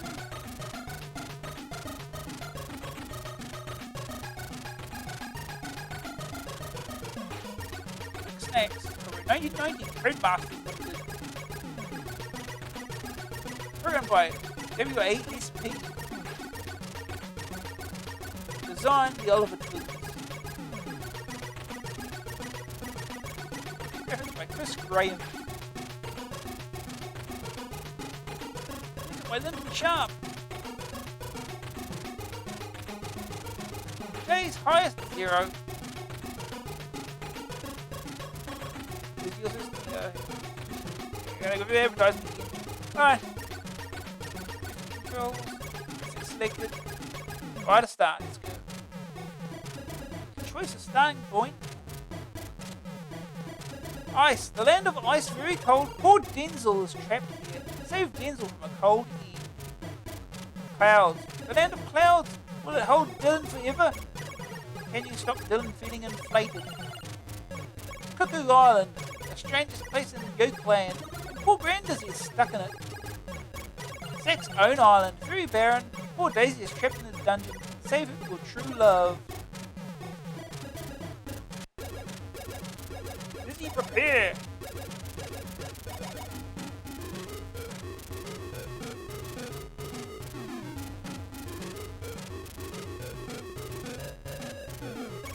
Get more points of deflection.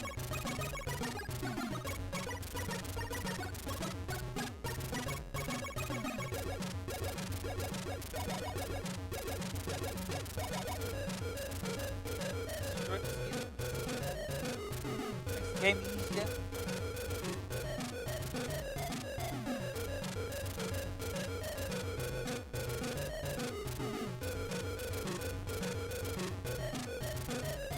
Yeah, squish.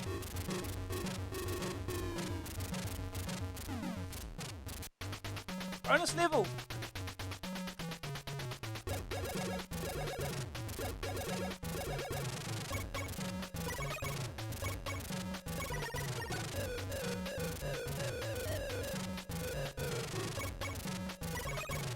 Perfect, 1,000 points.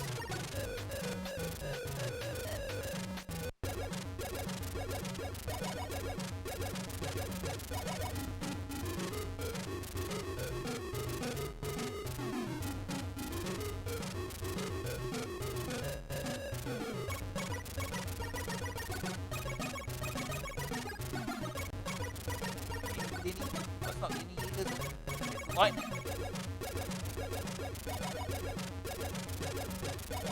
Yeah, squish.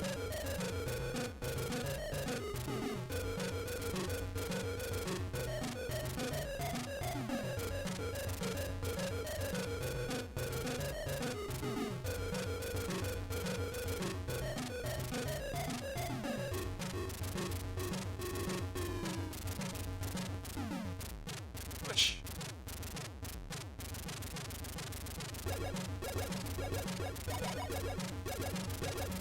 Yeah.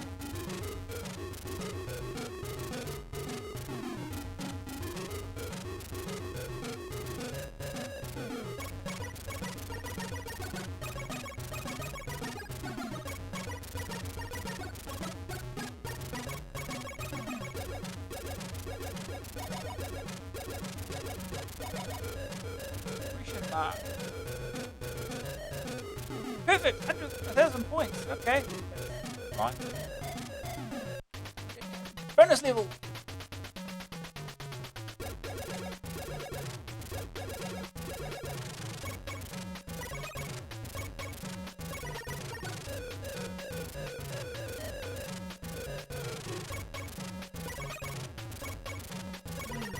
How do you get the last one?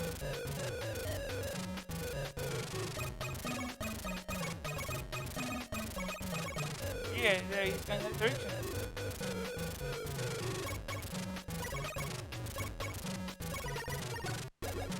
Does he prepare?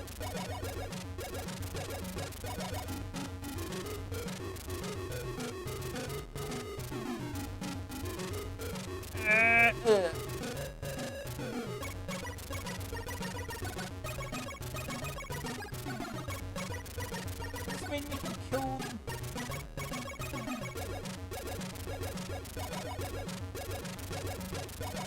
Oh no. No, it doesn't! I was thinking fresh and water meat. No, kill them!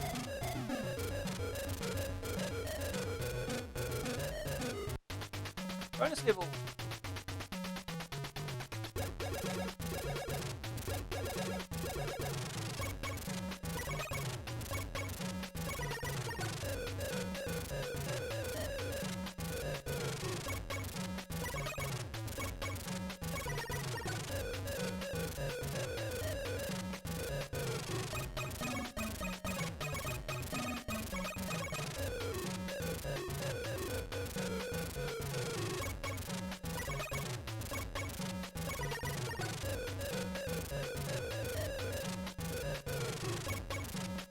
Huh? Perfect.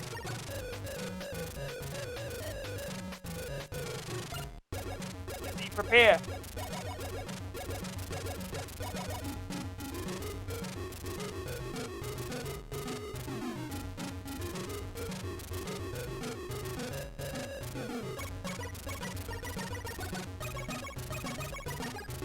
Squish.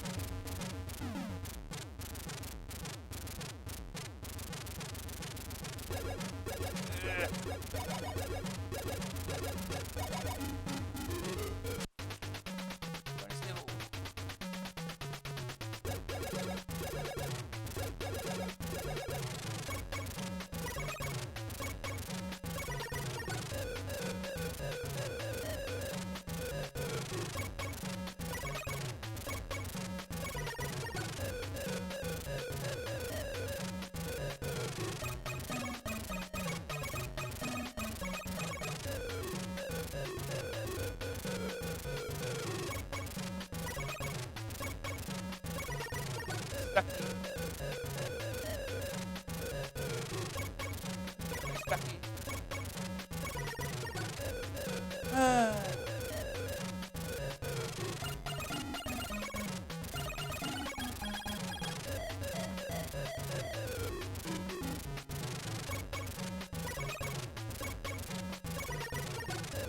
Bonus over.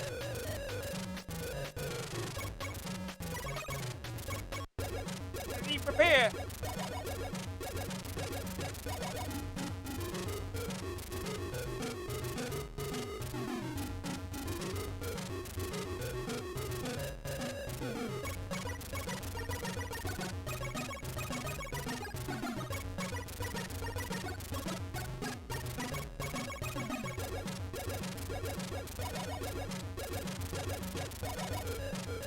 Oh, God.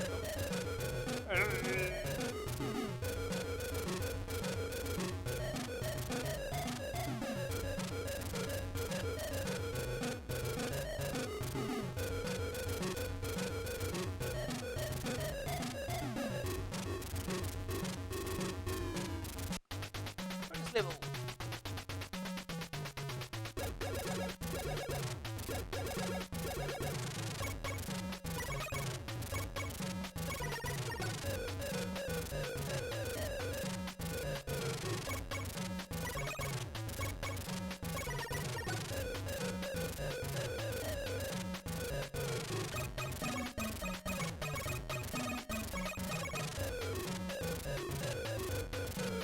Oh no, it's stuck. It's been done last or something. Bonus over.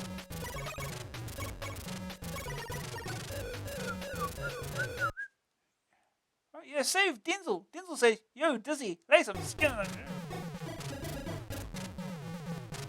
Band of clouds. Dizzy, prepare.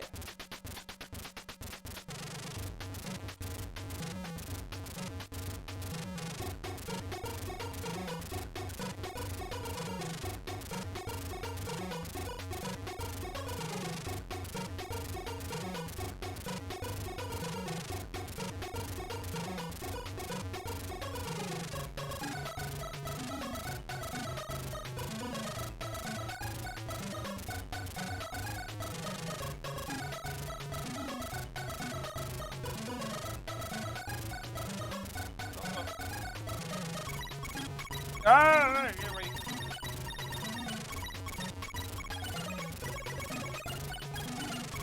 Ah, there's one more.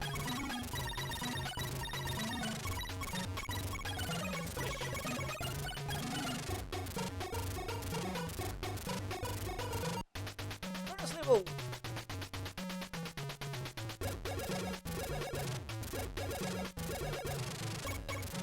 I should have gone up first, huh?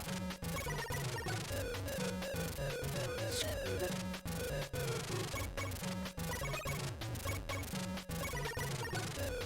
These are hard.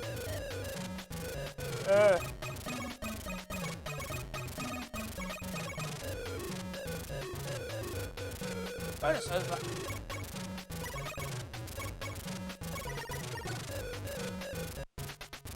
prepare.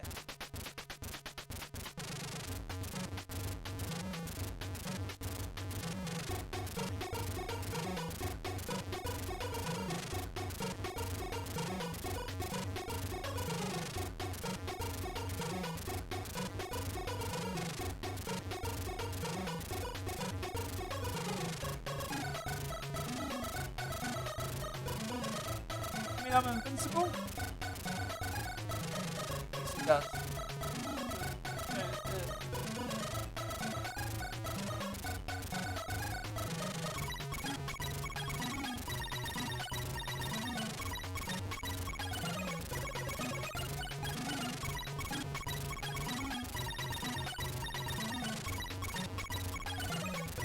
What?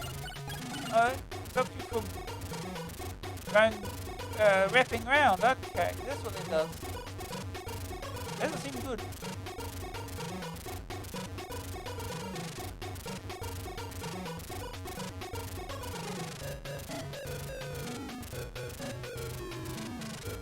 Bonus level.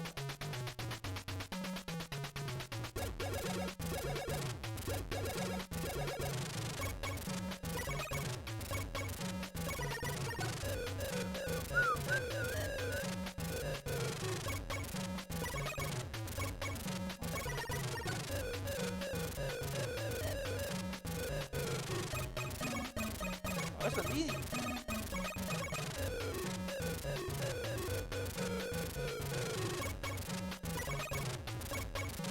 Perfect.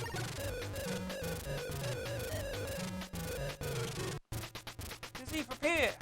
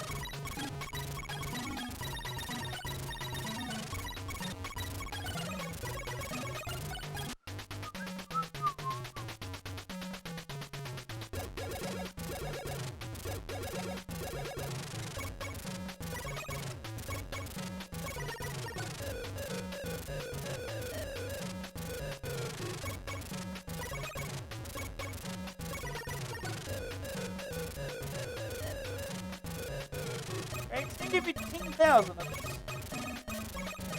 Okay. Maybe.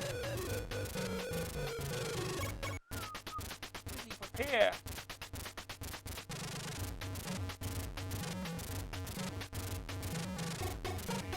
Ugh.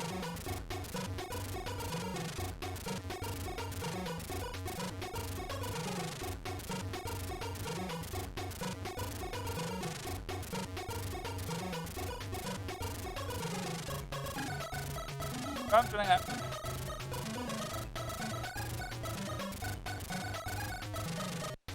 Come on, bonus level.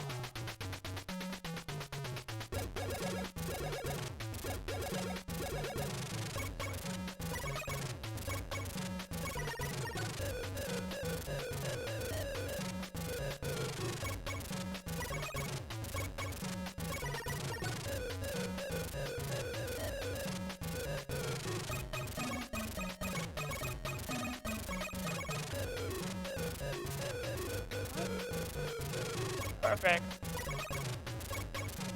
Dizzy, prepare. I've played so far too long.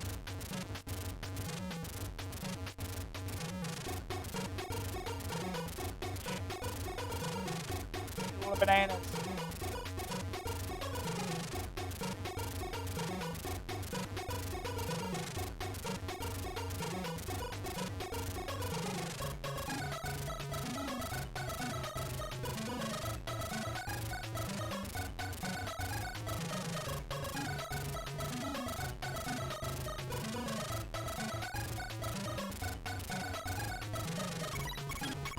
Question mark. What does it do?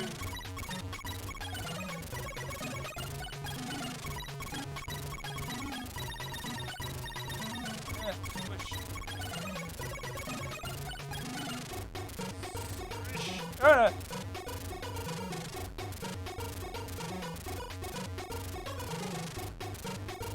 Huh?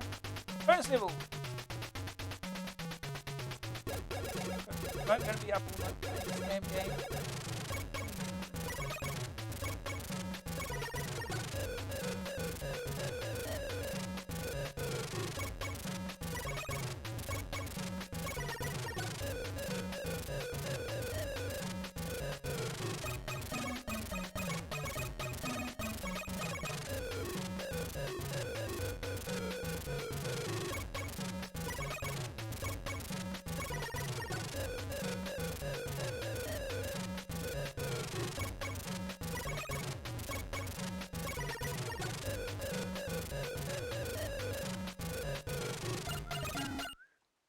Save Dylan! Dylan says, "Well, Dizzy, peace, man."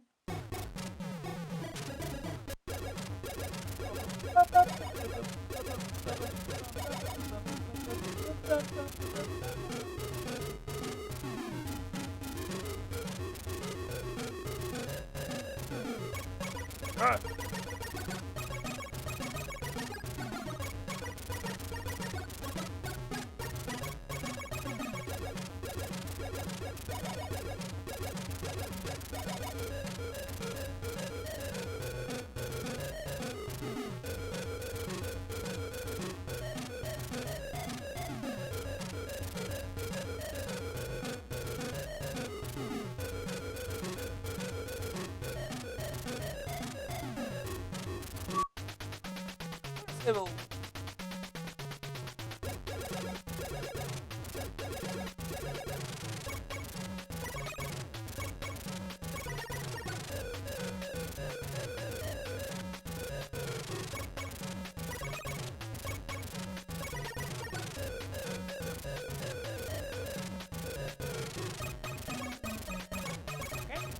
Alright, an extra life.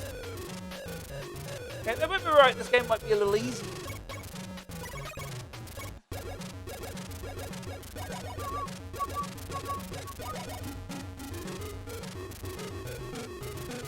Oh god, I've got other reverse controls.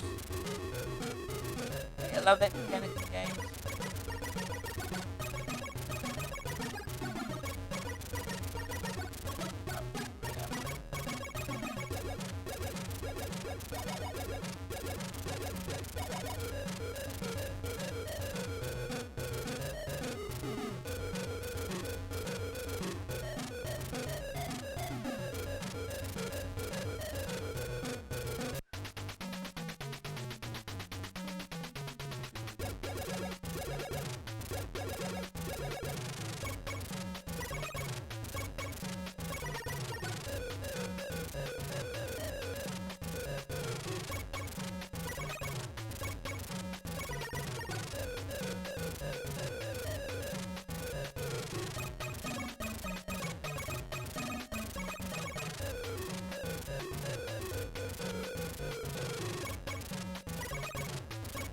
Figured it out somehow. Perfect. Dizzy, prepare! No,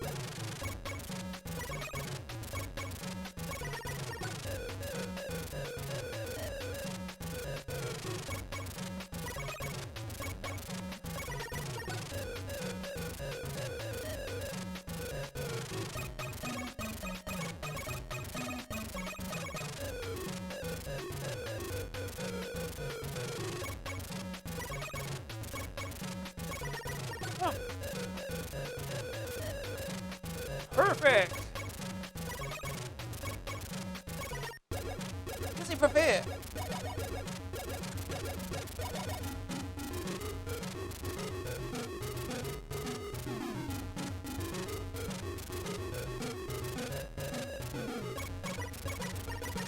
I just wish you move slow!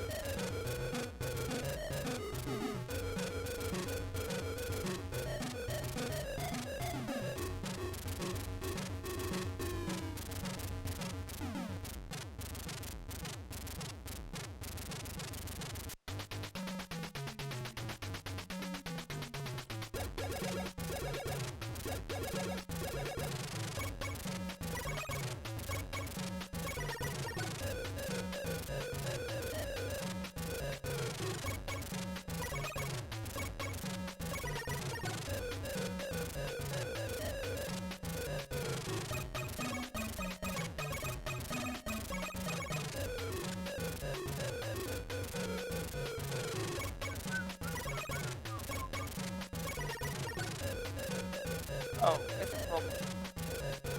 Yeah, I'm screwed.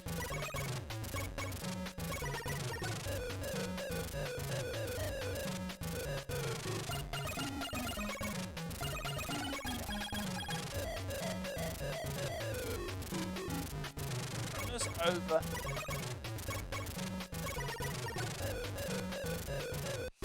Dizzy, prepare!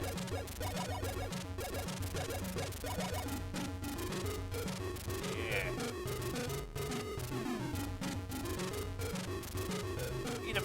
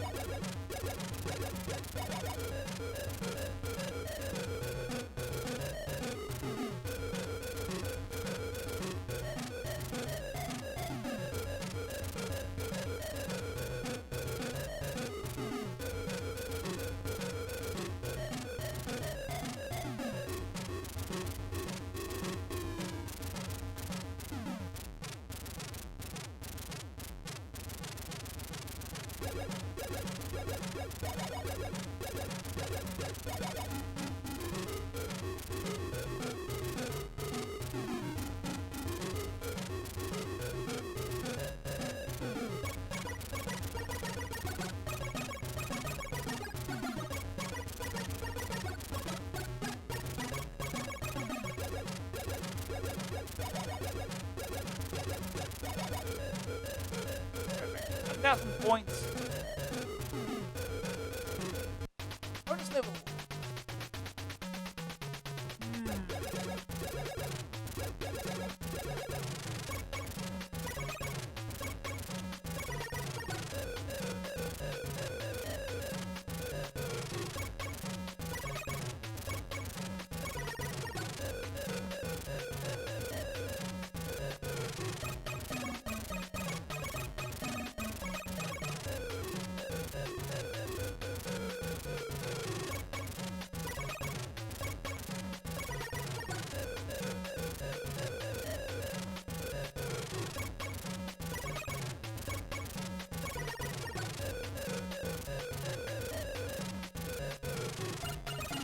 Go that way. Go, faster. Yeah, perfect.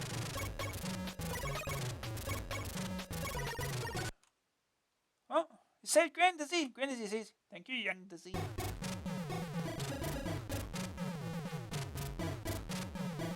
Zach's own island. Here we go. Final area.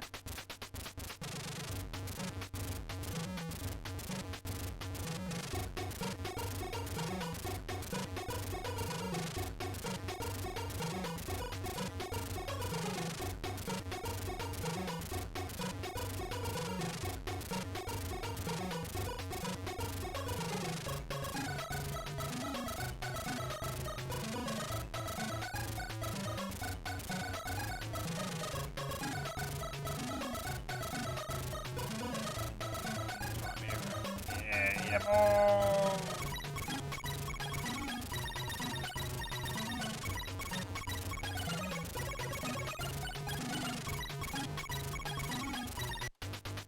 Bonus level.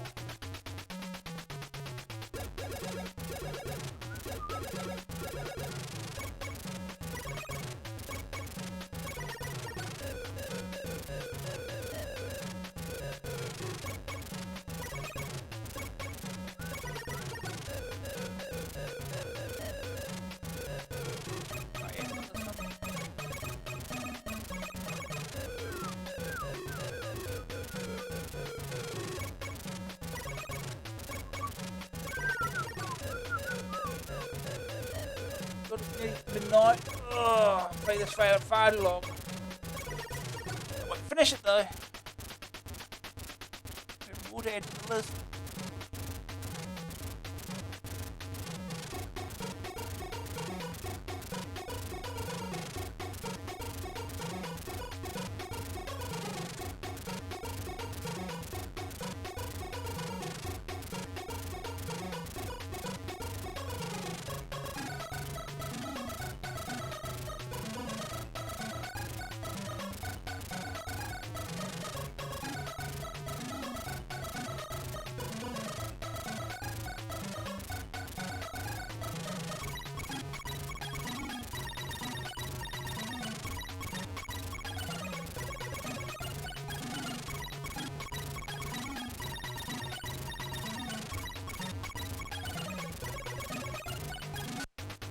Level.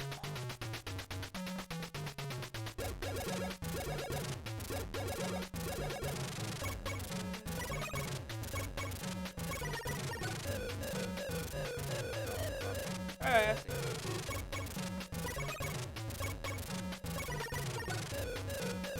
Extra life. Gimme.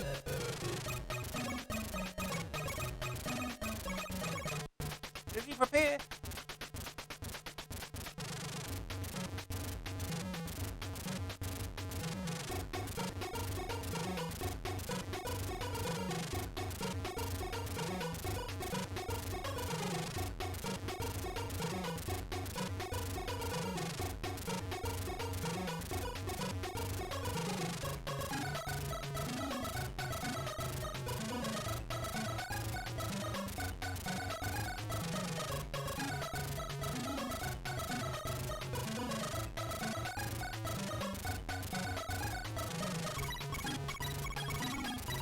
How are you supposed to get this one? How did you get these? Oh, because you can crush the rocks. Okay.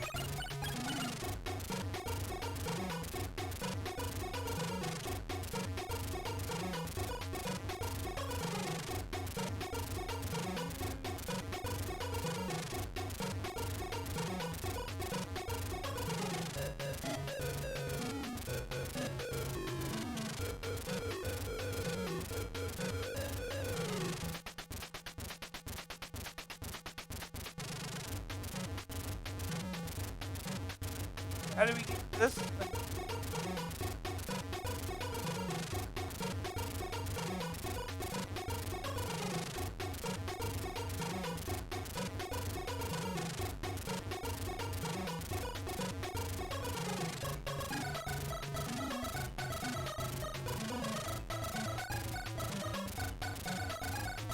Well, we're stuck here.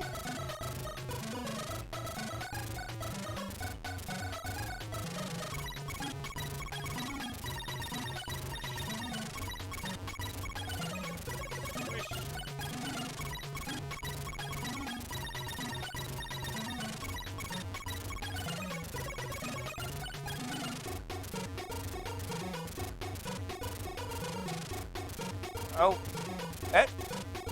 Okay, that's a thing. Is this something that happens after a while, or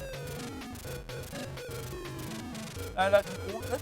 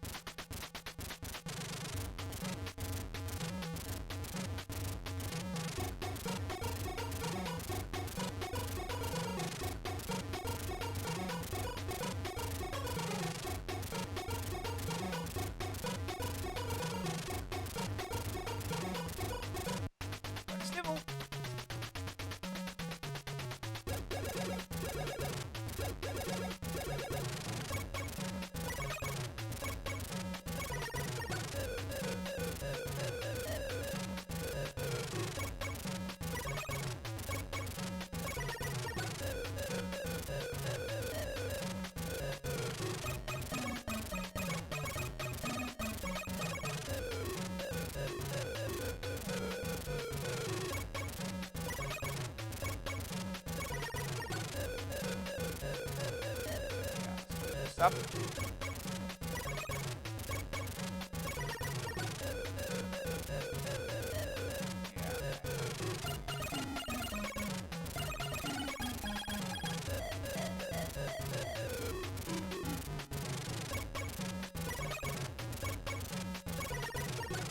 It's over.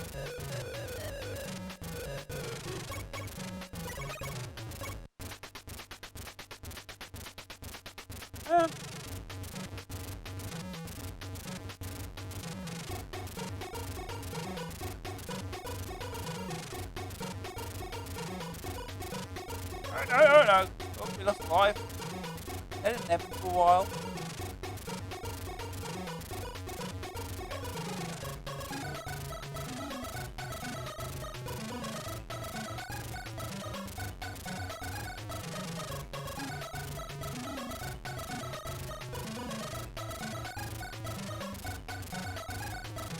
Oh no!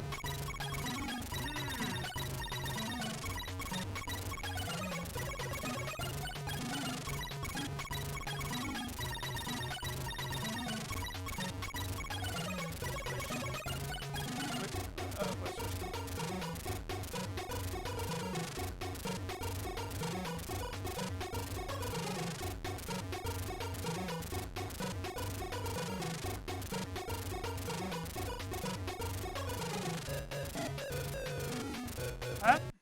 Bonus level.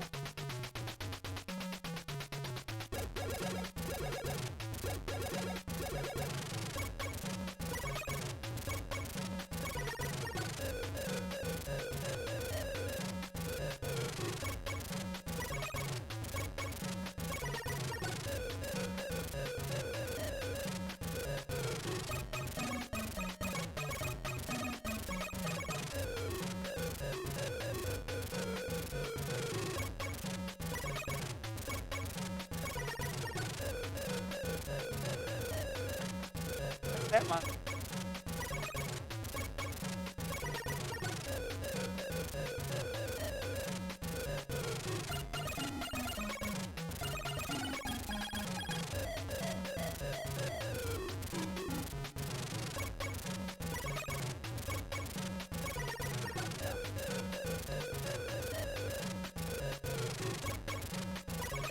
Bonus over. Go. Dizzy, prepare. How many stages must there be left?